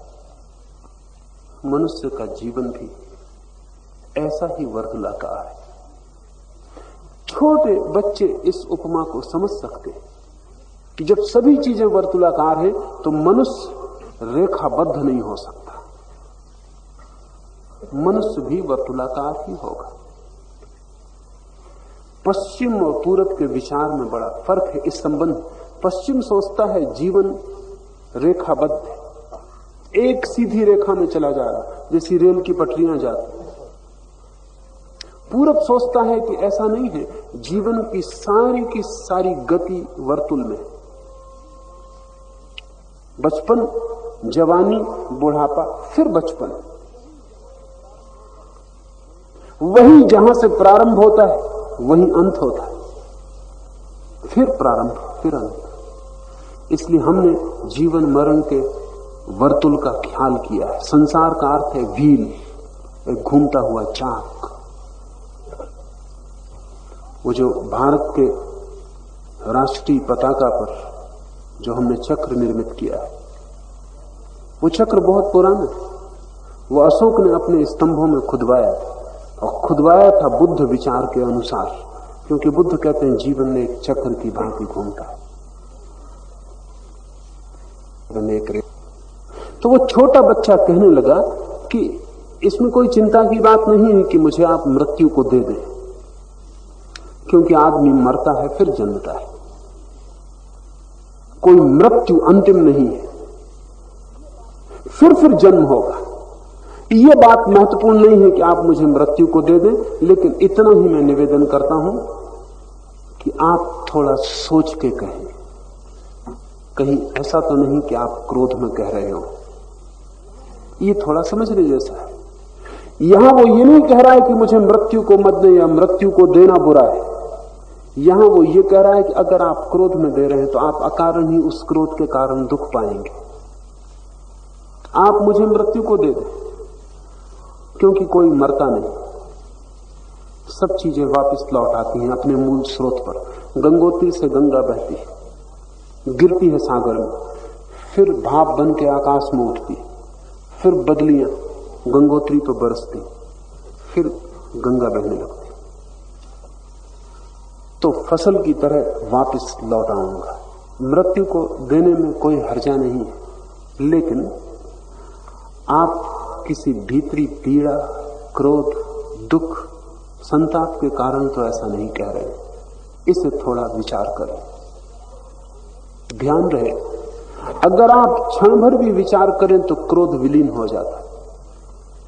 क्षण भर भी होशपूर्वक जगे तो क्रोध विलीन हो जाता है। क्रोध का एक ही उपाय है, एक ही औषधि है, एंटीडोट है कि आप होश से भर जाएं। क्रोध आए, आंख बंद कर लें और सजग हो जाएं, और आप पाएंगे यहां सजगता बढ़ने लगी, वहां क्रोध नीचे गिरने लगा। क्रोध की ऊर्जा ही, क्रोध की शक्ति ही सजगता बन जाती, अवेयरनेस बन जाती। बुद्ध ने कहा है कि क्रोध मत करो, ऐसा मैं नहीं कहता, होश पूर्वक क्रोध करो। होश पूर्वक कोई क्रोध कभी कर ही नहीं सकता। बुद्ध ने कहा है चोरी मत करो, ऐसा मैं नहीं कहता, होश पूर्वक करो। होश पूर्वक कोई चोरी कर ही नहीं सकता। जीवन में जो भी बुरा होता है बेहोशी में होता है, जीवन में जो भी शुभ होता है वो होश में होता है। अगर होश पूरा है तो जो भी होगा वो शुभ होगा, अगर बेहोशी गहन है तो जो भी होगा वो अशुभ होगा। कृत्य न शुभ होते न अशुभ होते, करने वाले के होश पर सब निर्भर होता है। ऐसा हो सकता है कि आप बेहोशी में अच्छा भी काम कर रहे हो, आपको लगे कि अच्छा कर रहे हैं, उसका परिणाम बुरा ही होगा। और ऐसा भी हो सकता है कि होश पूर्वक कोई आदमी कोई काम कर रहा है और आपको लगे कि बुरा हो रहा है तो भी अच्छा ही होगा।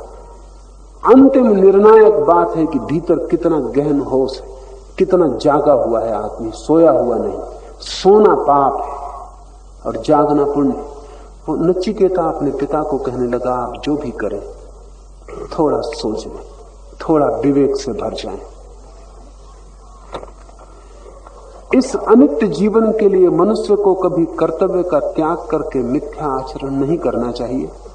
आप शोक का त्याग कीजिए और अपने सत्य का पालन कर मुझे मृत्यु के पास जाने की अनुमति दीजिए। निश्चित ही नचिकेता की ये बातें सुन के पिता को शोक हुआ होगा, होश आया होगा, थोड़ी सी चोट पड़ी होगी और उसे लगा होगा कि उसने क्या कह दिया, उसने कैसी बात कह दी।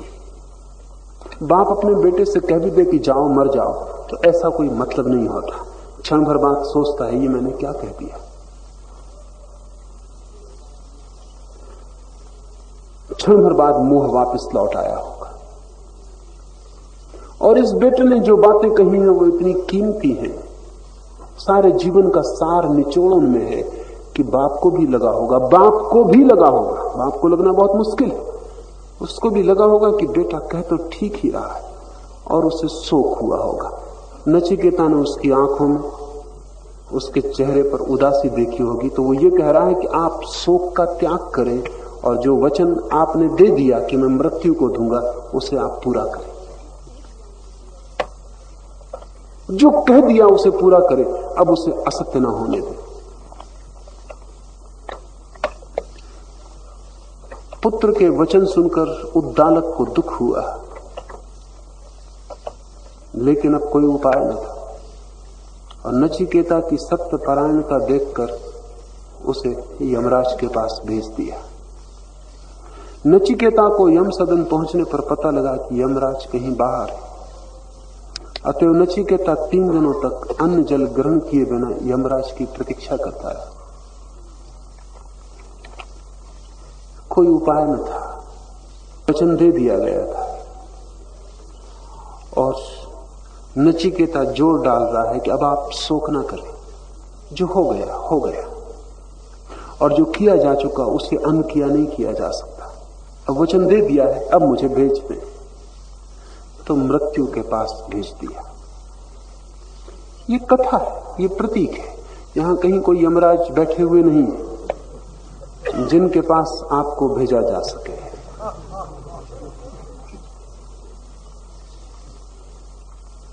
लेकिन कथा बड़ी मधुर है और कई इशारे करती है। नचिकेता यम के द्वार पर पहुंच गया। उसने मृत्यु का दरवाजा खटखटाया, लेकिन मृत्यु बाहर थी। इसमें दो बातें समझने। एक, नचिकेता के अतिरिक्त और किसी ने कभी मृत्यु का द्वार नहीं खटखटाया। हमेशा मृत्यु आपका द्वार खटखटाती है और आप हमेशा घर में मिलते, कभी बाहर नहीं होते। आप होंगे भी कहां, बाहर होने का कोई उपाय नहीं। शरीर घर है और जब भी मृत्यु खटखटाती है आपको वहां पाती। नचिकेता गया मृत्यु के द्वार पर, घटना सब उल्टी हो गई, क्योंकि हमेशा मृत्यु आती आदमी के पास, आदमी नहीं जाता। और जब आदमी जाता है मृत्यु के पास तो सब उल्टा हो जाता है। ये नचिकेता गया, मृत्यु को घर पे नहीं पाया। सारी प्रक्रिया उल्टी हो जाती। जैसे ही व्यक्ति स्वयं मरने की तैयारी करता, सब उल्टा हो जाता। जहां जीवन दिखाई पड़ता था वहां मृत्यु दिखाई पड़ने लगती, और जहां मृत्यु दिखाई पड़ती थी वहां जीवन दिखाई पड़ने लगता। और जहां सब सार सर्वस्व मालूम होता था वहां कचरा हो जाता, और जहां कभी ख्याल भी नहीं किया था वहां जीवन के सारे खजाने खुल जाते। ये प्रतीक है सिर्फ कि सब उल्टा हो जाता। जब आदमी खुद हिम्मत करके मृत्यु के द्वार पर दस्तक देता है तो पाता है कि वहां मृत्यु नहीं है। जब आप मृत्यु के पास जाएंगे तो पाएंगे मृत्यु नहीं है। आते हैं नहीं, ज्यादा वो है। जितना हम बचते हैं उतना ही वो है। जितना हम चाहते हैं कि हमें मृत्यु ना आए, हम न मरे, उतने ही हम मरते। हिम्मतवर आदमी एक बार मरता, लोग कहते हैं कायर 1000 बार मरता। आखिर हिम्मतवर और कायर में फर्क क्या है? हिम्मतवर में और कायर में इतना ही फर्क है कि कायर निरंतर कोशिश करता है बचने की मृत्यु से, इसलिए रोज मरता है। हिम्मतवर कहता है जवानी होगी आ जाएगी, इसलिए एक बार मरता है। लेकिन नचिकेता जैसा व्यक्ति जो मृत्यु के द्वार पर दस्तक देता है, वो पाता है कि मृत्यु वहां है ही नहीं, वो घर पे मौजूद नहीं। जिन्होंने भी मृत्यु के दरवाजे पर कभी दस्तक दी है उन्होंने उसे वहां नहीं पाया। वो एक भ्रम, एक इल्यूजन है।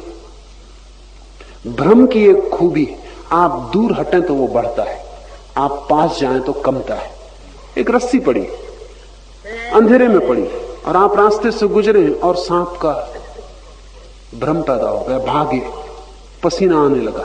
क्योंकि पसीने को कोई मतलब नहीं है कि सांप असली था कि नकली। छाती जोर से धड़कने लगी, रक्तचाप बढ़ गया, सिर की नसें तन गई, पैर भागे जा रहे हैं, और जितना आप भाग रहे हैं आपके भगने से घबराहट और बढ़ रही। पश्चिम का एक मनोवैज्ञानिक विलियम जेम्स तो कहता था, लोग घबरा के नहीं भागते, भागने की वजह से घबरा जाते।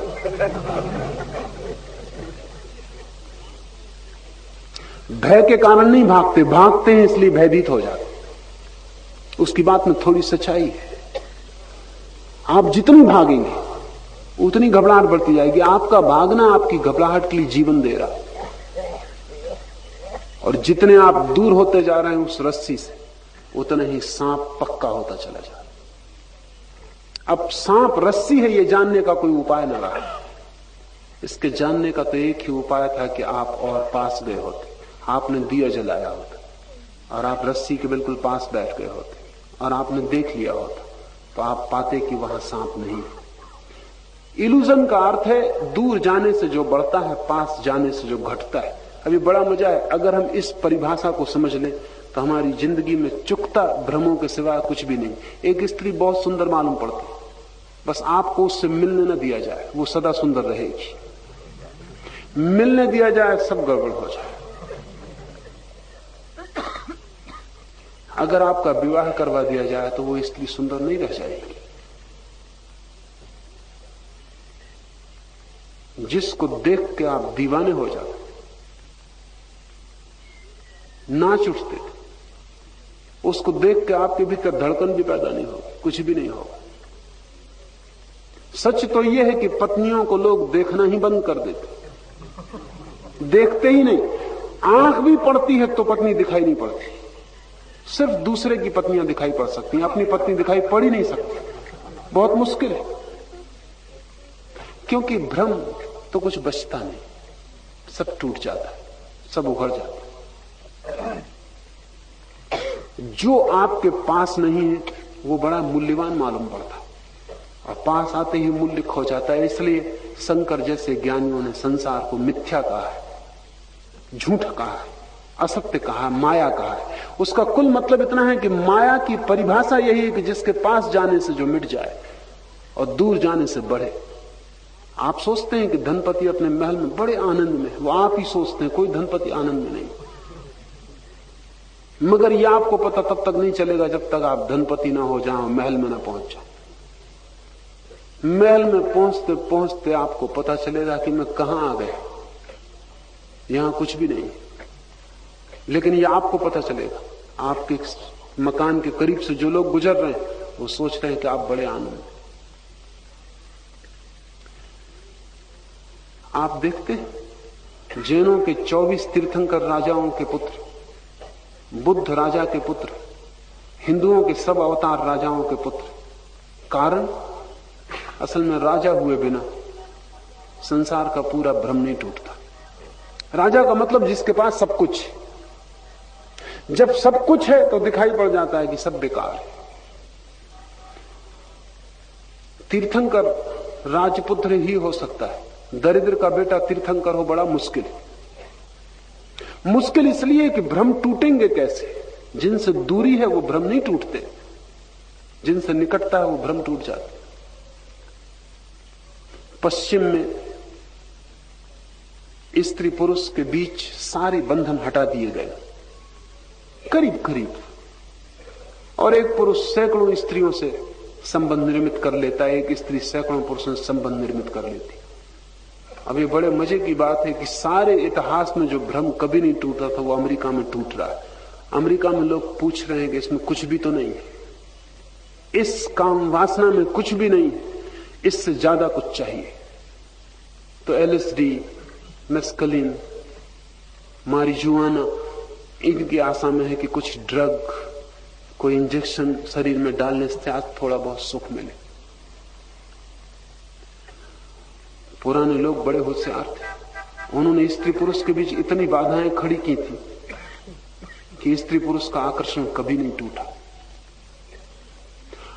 इस मुल्क में अपनी पत्नी से भी आकर्षण कभी नहीं टूटता था, क्योंकि दिन में पति भी नहीं देख सकता था उसको। रात में पति पत्नी भी करीब करीब चोरी से मिलते थे। संयुक्त परिवार, बड़े परिवार, सबके सामने पति पत्नी भी नहीं मिल सकते थे। रस जीवन भर कायम रहता था। बड़े होशियार लोग थे। तलाक का कोई सवाल ही नहीं था, मिलने नहीं हो पाता था पूरा। तलाक तो पूरे मिलने का परिणाम।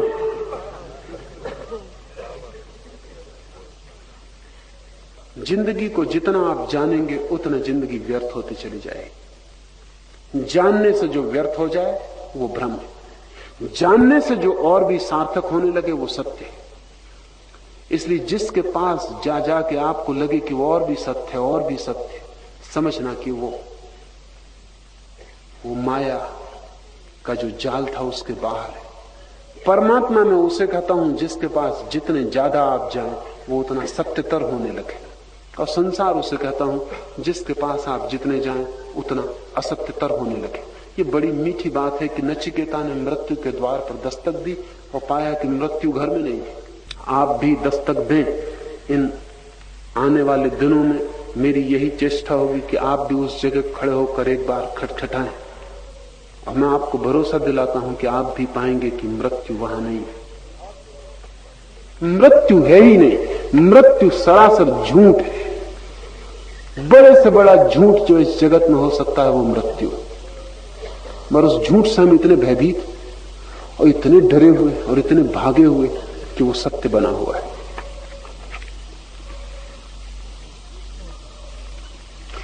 नचिकेता 3 दिन तक उपवास किए बैठा रहा।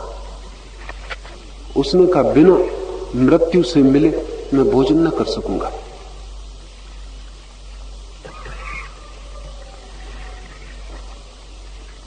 मृत्यु नहीं है वहां, घर पर मौजूद नहीं। कहानी की भाषा में नचिकेता 3 दिन उपवास किया। इसे थोड़ा समझिए। असल में जिसको हम जीवन कहते हैं वो भोजन से चलता है। जिसको हम जीवन कहते हैं वो भोजन से चलता है। तो अगर मृत्यु का अनुभव करना हो तो इस भोजन को रोक देना जरूरी है। इसलिए उपवास एक महान प्रक्रिया बन गई। उपवास का अर्थ है कि जीवन जिससे चलता है उसे हम थोड़ी देर के लिए रोक देते हैं ताकि मौत चलने लगे, ताकि जीवन की गति बंद हो जाए और हम पहचान सकें कि जीवन की गति जब बंद हो जाती है तब भी हम मरते हैं या नहीं मरते। महावीर ने उपवास के इस विज्ञान को उसकी चरम कोटि तक पहुंचाया। कहते हैं महावीर ने 12 वर्षों में केवल 365 दिन भोजन लिया। 12 वर्ष की साधना में कभी महीने, कभी 2 महीने, कभी 3 महीने वो बिना भोजन के रहे।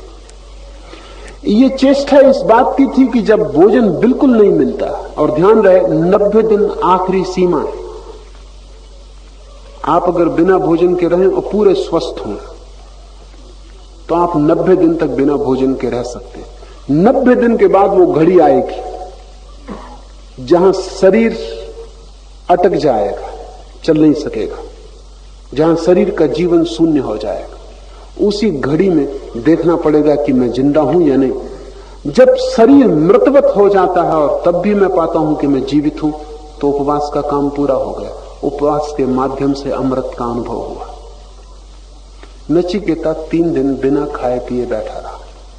उसने कहा जब तक मैं मृत्यु के दर्शन न कर लूं तब तक मैं खाऊंगा नहीं। ये उपवास का विज्ञान है। जब तक मृत्यु का दर्शन न हो जाए तब तक भोजन बंद रखूंगा। वो एक प्रक्रिया है, बहुत हजारों प्रक्रियाओं में एक। लेकिन जो उपवास करते हैं उन्हें भी पता नहीं कि वो क्या कर रहे हैं। उसके भीतर बड़ी सूक्ष्म प्रक्रिया है। यहां शरीर का जीवन क्षीण होने लगे, वहां भीतर होश बढ़ना चाहिए। अगर शरीर के जीवन के क्षीण होने के साथ भीतर भी शिथिलता और उदासी आने लगे तो सब व्यर्थ हो गया। वहां होश बढ़ना चाहिए, वहां जीवंतता बढ़नी चाहिए। और एक घड़ी आती है जब शरीर बिल्कुल मृतवत है और फिर भी आप पूर्ण जीवित है, तो आप जान लिए कि भोजन जीवन नहीं देता, केवल शरीर का ईंधन है। भोजन से जीवन पैदा नहीं होता, सिर्फ चलता है शरीर में। अगर भोजन बिल्कुल समाप्त हो जाए तो शरीर समाप्त हो जाएगा, क्योंकि शरीर भोजन से निर्मित है, लेकिन आप समाप्त नहीं होंगे। ये कथा में तो प्रतीक है। 3 दिन नचिकेता उपवासा बैठा रहा। यमराज के लौटने पर यमराज की पत्नी ने कहा, ब्राह्मण अतिथि रूप में जब घर में प्रवेश करते तो समझो कि देवता ही प्रवेश करते। उनके शयन की, भोजन की सुविधा जुटाना कर्तव्य है। ये ब्राह्मण पुत्र घर में आके बैठा है, 3 दिन से इसने भोजन नहीं लिया। आप जाएं, उनका सम्मान करें।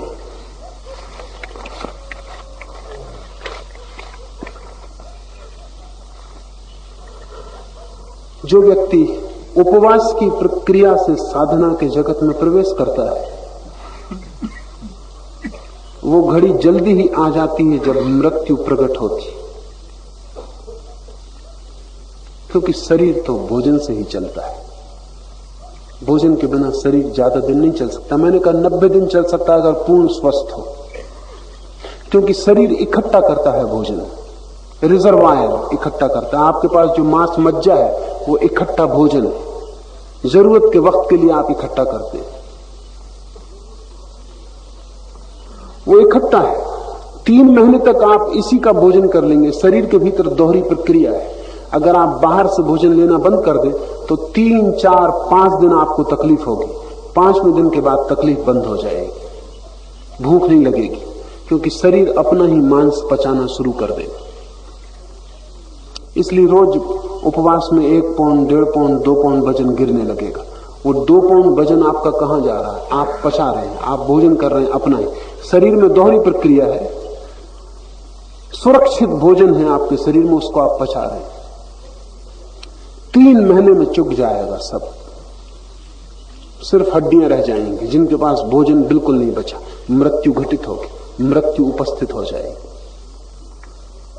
वो 3 दिवस प्रतीक है। और शायद नचिकेता जैसी सरलता से भरा हुआ हृदय हो तो 3 दिन में भी मृत्यु का देवता उपस्थित हो जाए। शरीर मरा हुआ दिखाई पड़ेगा, सिर्फ स्वयं की चेतना ही जीवित रह जाएगी।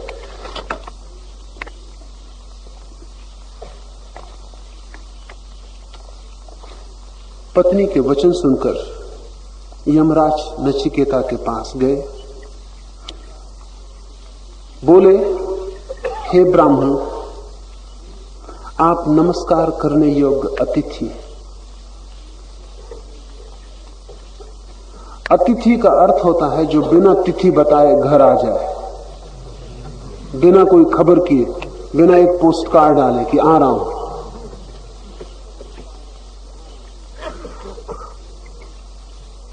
आप अतिथि हैं, ब्राह्मण हैं। आपने 3 रात्रियों तक मेरे घर बिना भोजन के निवास किया, इसलिए आप मुझसे प्रत्येक रात्रि के बदले एक वरदान मांग लीजिए। ये कहानी का प्रतीक समझ लें। जो व्यक्ति भी ठीक से उपवास करेगा, मृत्यु घटने के पूर्व उसके पास अनेक शक्तियां आ जाती जो उसके भीतर छिपी पड़ी, जिनको हम सिद्धियां कहते हैं। जो व्यक्ति भी लंबे उपवास करेगा, ठीक मृत्यु की घटना के पूर्व उसके पास बहुत सी सिद्धियां आ जाएंगी। और बहुत संभावना तो यह है कि वो ये भूल ही जाएगा कि मैं किस खोज में निकला था और इन सिद्धियों में उलझ जाएगा। वे वरदान अभिशाप सिद्ध होते हैं। आखिरी समय के पहले, जबकि मौत आपको आत्मा का ज्ञान दे सकती है, आखिरी प्रलोभन मन के पकड़ते हैं। पतंजलि ने जिन सिद्धियों का उल्लेख किया है, वे सारी सिद्धियां लंबे उपवासी में पैदा होनी शुरू हो जाती। ये यम का कहना नचिकेता को कि मैं तुझे 3 रात्रि तक उपवासा रहने के लिए, हर रात्रि के लिए एक वरदान देता हूं, तू वरदान मांग ले। ये घटना घटती है हर एक व्यक्ति को। जो जल्दी से साधारण वरदानों से संतुष्ट हो जाता है, वो परम वरदान से वंचित रह जाता है। लेकिन नचिकेता साधारण वरदानों से संतुष्ट होने वाला नहीं। नचिकेता पूछे ही चला जाता है, और आगे और आगे, और परम गुह रहस्य को खोल लेना चाहता है।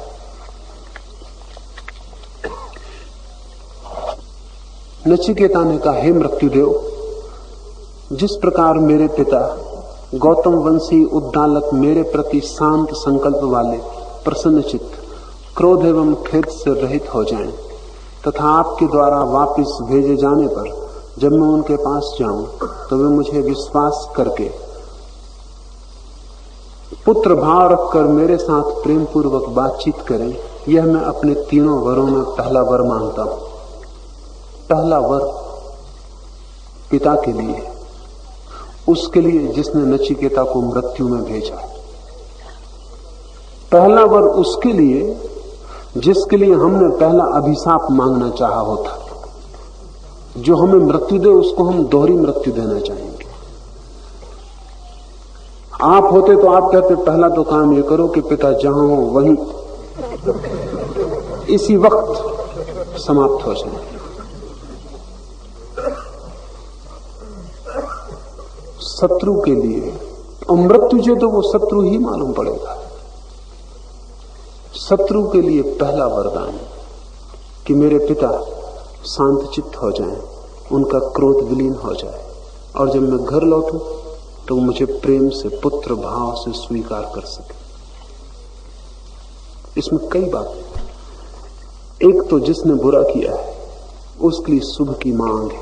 बुद्ध ने कहा है कि तुम्हारी प्रार्थनाएं अगर तुम्हारे शत्रुओं के लिए ना हो तो व्यर्थ है। और जीसस ने कहा है अगर तुम्हारा एक भी शत्रु है तो तुम वापस जाओ, उससे क्षमा मांगो, उससे मित्र बनाओ, तभी मंदिर में लौट कर आना, क्योंकि उसके पहले कोई भी प्रार्थना पूरी नहीं हो सकती।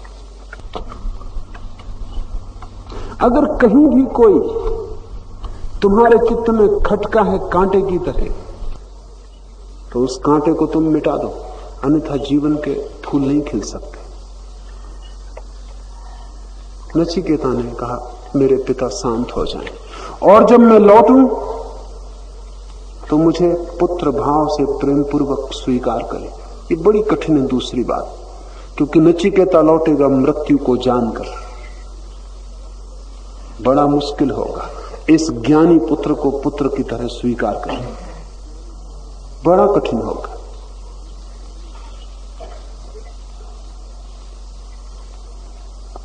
यमराज ने कहा तुमको मृत्यु के मुख से छूटा हुआ देखकर मुझसे प्रेरित तुम्हारे पिता उद्दालक पहले की भांति ही यह मेरा पुत्र नचिकेता ही है ऐसा समझ के दुख और क्रोध से रहित हो जाएंगे और वे अपनी आयु की शेष रात्रियों में सुखपूर्वक शयन करेंगे। इस वरदान को पाकर नचिकेता बोला, हे यमराज, स्वर्ग लोक में किंचित मात्र भी भय नहीं, वहां मृत्यु रूप स्वयं आप भी नहीं है, वहां कोई बुढ़ापे से भी भय नहीं करता। स्वर्गलोक के निवासी भूख और प्यास इन दोनों के पार होकर दुखों के दूर रहकर सुख भोगते हैं। हे मृत्युदेव, आप उपर्युक्त स्वर्ग की प्राप्ति के साधन रूप अग्नि को जानते हैं, अतः आप मुझ श्रद्धालु को वह अग्नि विद्या भली भांति समझा कर कहिए, जिससे कि स्वर्गलोक के निवासी अमरत्व को प्राप्त होते। यह मैं दूसरा वर रूप मांगता हूं। कह रहा है मैं दूसरी वह बात मांगता हूं जिससे मैं मृत्यु के पार हो जाऊं, जिससे मैं अमृत को उपलब्ध हो जाऊं।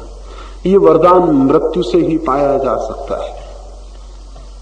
जिन्हें जानना है कि मृत्यु के पार क्या है, कैसा जीवन, वे मृत्यु से गुजर के ही जान सकते हैं। हे नचिकेता, स्वर्गदायिनी अग्नि विद्या को अच्छी तरह जानने वाला मैं तुम्हारे लिए उसे भली भांति बतलाता हूं। तुम उसे मुझसे भली भांति समझ लो। तुम इस विद्या को स्वर्ग रूपी अनंत लोकों की प्राप्त कराने वाली तथा उसकी आधार स्वरूपा बुद्ध रूप गुहा में छुपी हुई समझो। तुम्हारे भीतर ही छुपी है वो अग्नि, जिसके माध्यम से तुम अमृत को उपलब्ध हो जाओगे। तुम उस महासुख को उपलब्ध होगे जहां कोई दुख नहीं, उस परम स्वतंत्रता को जो मुक्ति है। लेकिन वो अग्नि तुम्हारे ही हृदय की गुफा में छुपी है। उस अग्नि को तुम्हें खोजने कहीं जाना नहीं, उस अग्नि को कहीं और प्रज्वलित नहीं करना, वो प्रज्वलित है ही।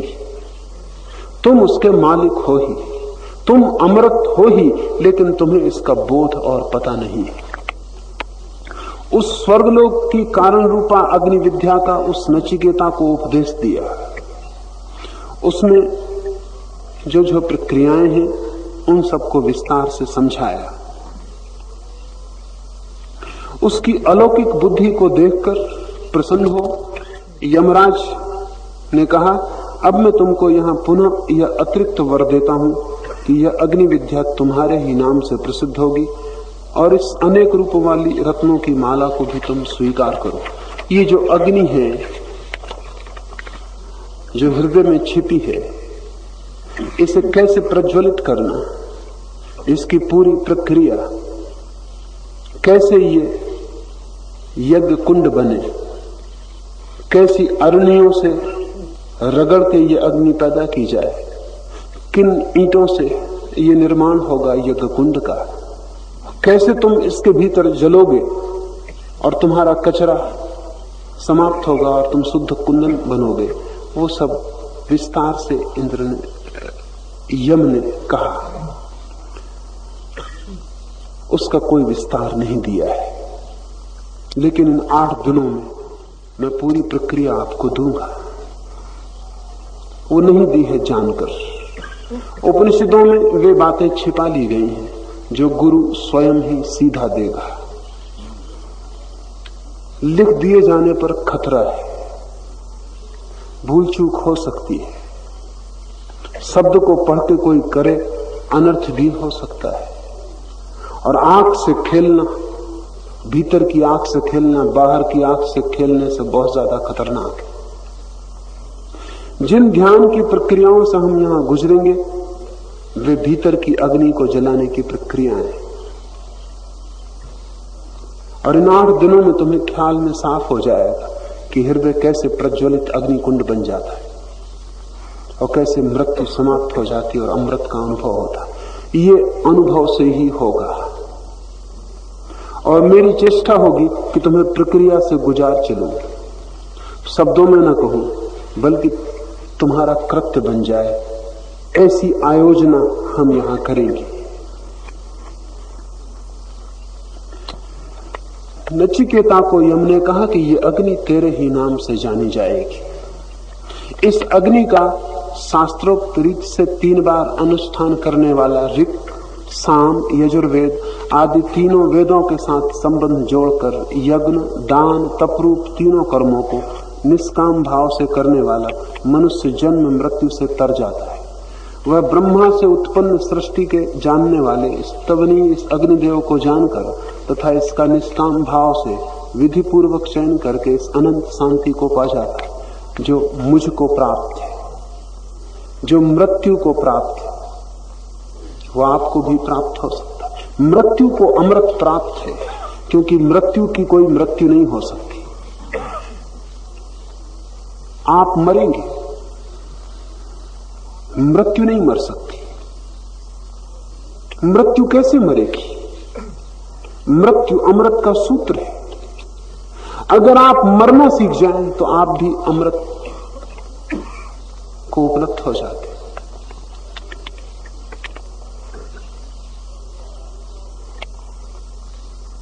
यम ने कहा जो भी इस अग्नि का आयोजन कर लेता है वह मृत्यु के पास को अपने सामने ही मनुष्य शरीर में ही काटकर, मृत्यु के पास को अपने सामने ही मनुष्य शरीर में काटकर शोक के पार होकर स्वर्गलोक में आनंद का अनुभव करता है। हे नचिकेता, यह तुम्हें बतलाई हुई स्वर्ग प्रदान करने वाली अग्नि विद्या है जिसको तुमने दूसरे वर से मांगा था। इस अग्नि को अब वे लोग तुम्हारे ही नाम से स्मरण करेंगे। अब तुम तीसरा वर मांगो। हम इस अग्नि से गुजरेंगे। बजाय कि मैं आपसे कुछ कहूं, उचित होगा कि आपको इस अग्नि में ले चलूं, पहुंचाऊं आपको उस जगह जहां आप भी यम के द्वार पर दस्तक दे सके। इस प्रक्रिया को ठीक से अभी समझ लें क्योंकि कल सुबह से हम प्रारंभ करेंगे। रात्रि आज सोने के पूर्व 10 मिनट बिस्तर पर लेट जाएं, कमरे में अंधेरा कर लें, आंख बंद कर लें और जोर से श्वास मुंह से बाहर निकालें। निकालने से शुरू करें, एक्सलेशन, लेने से नहीं, निकालने से। जोर से मुंह से श्वास बाहर निकालें और निकालते समय ओ की ध्वनि करें। जैसे जैसे ध्वनि साफ होने लगेगी ओम अपने आप निर्मित हो जाएगा। आप सिर्फ ओ का उच्चारण करें। ओम का आखिरी हिस्सा अपने आप जैसे ध्वनि व्यवस्थित होगी आने लगेगा। आपको ओम नहीं कहना है, आपको सिर्फ ओ कहना है, मां को आने देना है। पूरी श्वास को बाहर फेंक दें, फिर और बंद कर लें और शरीर को श्वास लेने में आप मत लें। निकालना आपको है, लेना शरीर को है। आमतौर से लेते हम हैं, निकालता शरीर है। और उसका कारण, जाती हुई श्वास जीवन से जुड़ी है, भीतर जाती हुई श्वास, बाहर जाती हुई श्वास मृत्यु से जुड़ी है। बच्चा जब जन्मता है तो पहला काम करेगा श्वास भीतर लेगा, बाहर निकालने को तो उसके पास कोई श्वास होती भी नहीं, भीतर लेगा। श्वास का भीतर जाना जीवन का पहला स्पंदन है। मरता हुआ आदमी जो आखिरी काम करेगा श्वास को बाहर निकालेगा, क्योंकि भीतर श्वास रह जाए तो मृत्यु हो ही नहीं सकती। मृत्यु है श्वास का बाहर जाना, जीवन है श्वास का भीतर आना। प्रतिपल आप जब श्वास भीतर लेते हैं तो जन्मते हैं, और जब श्वास बाहर जाती है तो मरते हैं। यहां हम नचिकेता बनने की तैयारी में, इसलिए जोर श्वास छोड़ने पर रहेगा। इस पूरे शिविर में लेने की आप बात ही मत करें, घबराएं नहीं कि मर जाएंगे। लेने का काम शरीर है। लेते समय आपको कुछ भी नहीं करना, ना लेना है ना रोकना, छोड़ना है। तो रात 10 मिनट सोने के पहले, क्योंकि सोना भी मृत्यु का हिस्सा है। नींद छोटी मौत है, और अगर आप छोड़ती हुई श्वास के साथ सो जाएं तो आपकी पूरी नींद गहरी मृत्यु बन जाएगी। 10 मिनट ओ की आवाज के साथ श्वास को छोड़ें मुंह से, फिर नाक से श्वास लें, फिर मुंह से छोड़ें, फिर नाक से लें, और ऐसी ओ की आवाज करते करते करते करते सो जाएं। ये रात्रि के लिए। फिर सुबह का प्रयोग है, वो मैं आपको सुबह समझा दूंगा।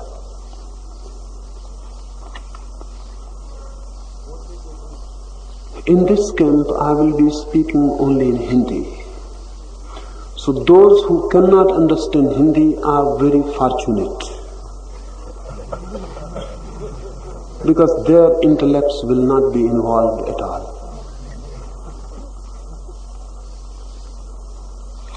You can put your head off. Your heads will not be needed. And this is good. This is a great opportunity. Because intellect is the problem. It never solves anything. It cannot. It can only puzzle and confuse. So those who cannot understand Hindi should not feel that they are missing something. No, they are not missing anything. They are missing a certain intellectual confusion.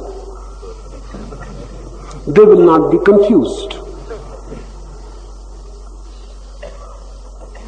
While I am talking in Hindi, you just listen to my sound. That carries more than any word can carry. Just listen to my sound, meaningless. And the very sound will become a meditation to you. But I will tell you something about the techniques we are going to do. This night, you have to start the first technique. And every night you have to do it. Just before going to sleep, lie down on your bed, put off the light, close the eyes, and exhale deeply. Start by exhalation. And while exhaling, make the sound O. Exhale by mouth, not by the nose. While exhaling, make the sound O. With the sound, exhale. Your mind will be exhaled through it. And don't inhale. Allow the body to inhale. Inhale through the nose, but don't make any effort to inhale. You simply exhale, close the mouth, and let the body inhale. Remember this. Make every effort to exhale deeply. Don't make any effort for inhalation. And remember, a very deep relationship between life, death, and breathing. The first thing a child is going to do is to inhale. Life starts with inhalation. And the last thing the child, when he will die old, will be to exhale. Death starts with exhalation. Meditation is a death. And we will be trying here to die completely so that something which is eternal can come up, can be born. In this whole camp, whenever you remember, exhale deeply. This is for the night you have to do, this is a must. In the night, every day, exhale deeply with the sound O for 10 minutes and then fall into sleep. The whole sleep will become death-like, deep, silent. You may not have known such a deep sleep at all. Dreams will disappear. Dreams belong to life. They don't belong to death. And in other times also, in the day, while walking, while sitting, whenever you remember, exhale deeply. If you want, you can make the sound O anytime, and that will be helpful. If you feel any anger, if you feel any lust, any desire, any sex, anything in the mind which you want to be exhaled out, immediately exhale with the sound O, and you will feel it has gone out. It is no more there inside. Exhale more and more in this camp, and don't inhale. Let the body inhale. This is the first technique for this night. Tomorrow morning, we will start our first meditation. In the morning, I will explain it to you. Now, we will meet in the morning. सुबह मिलेंगे आप.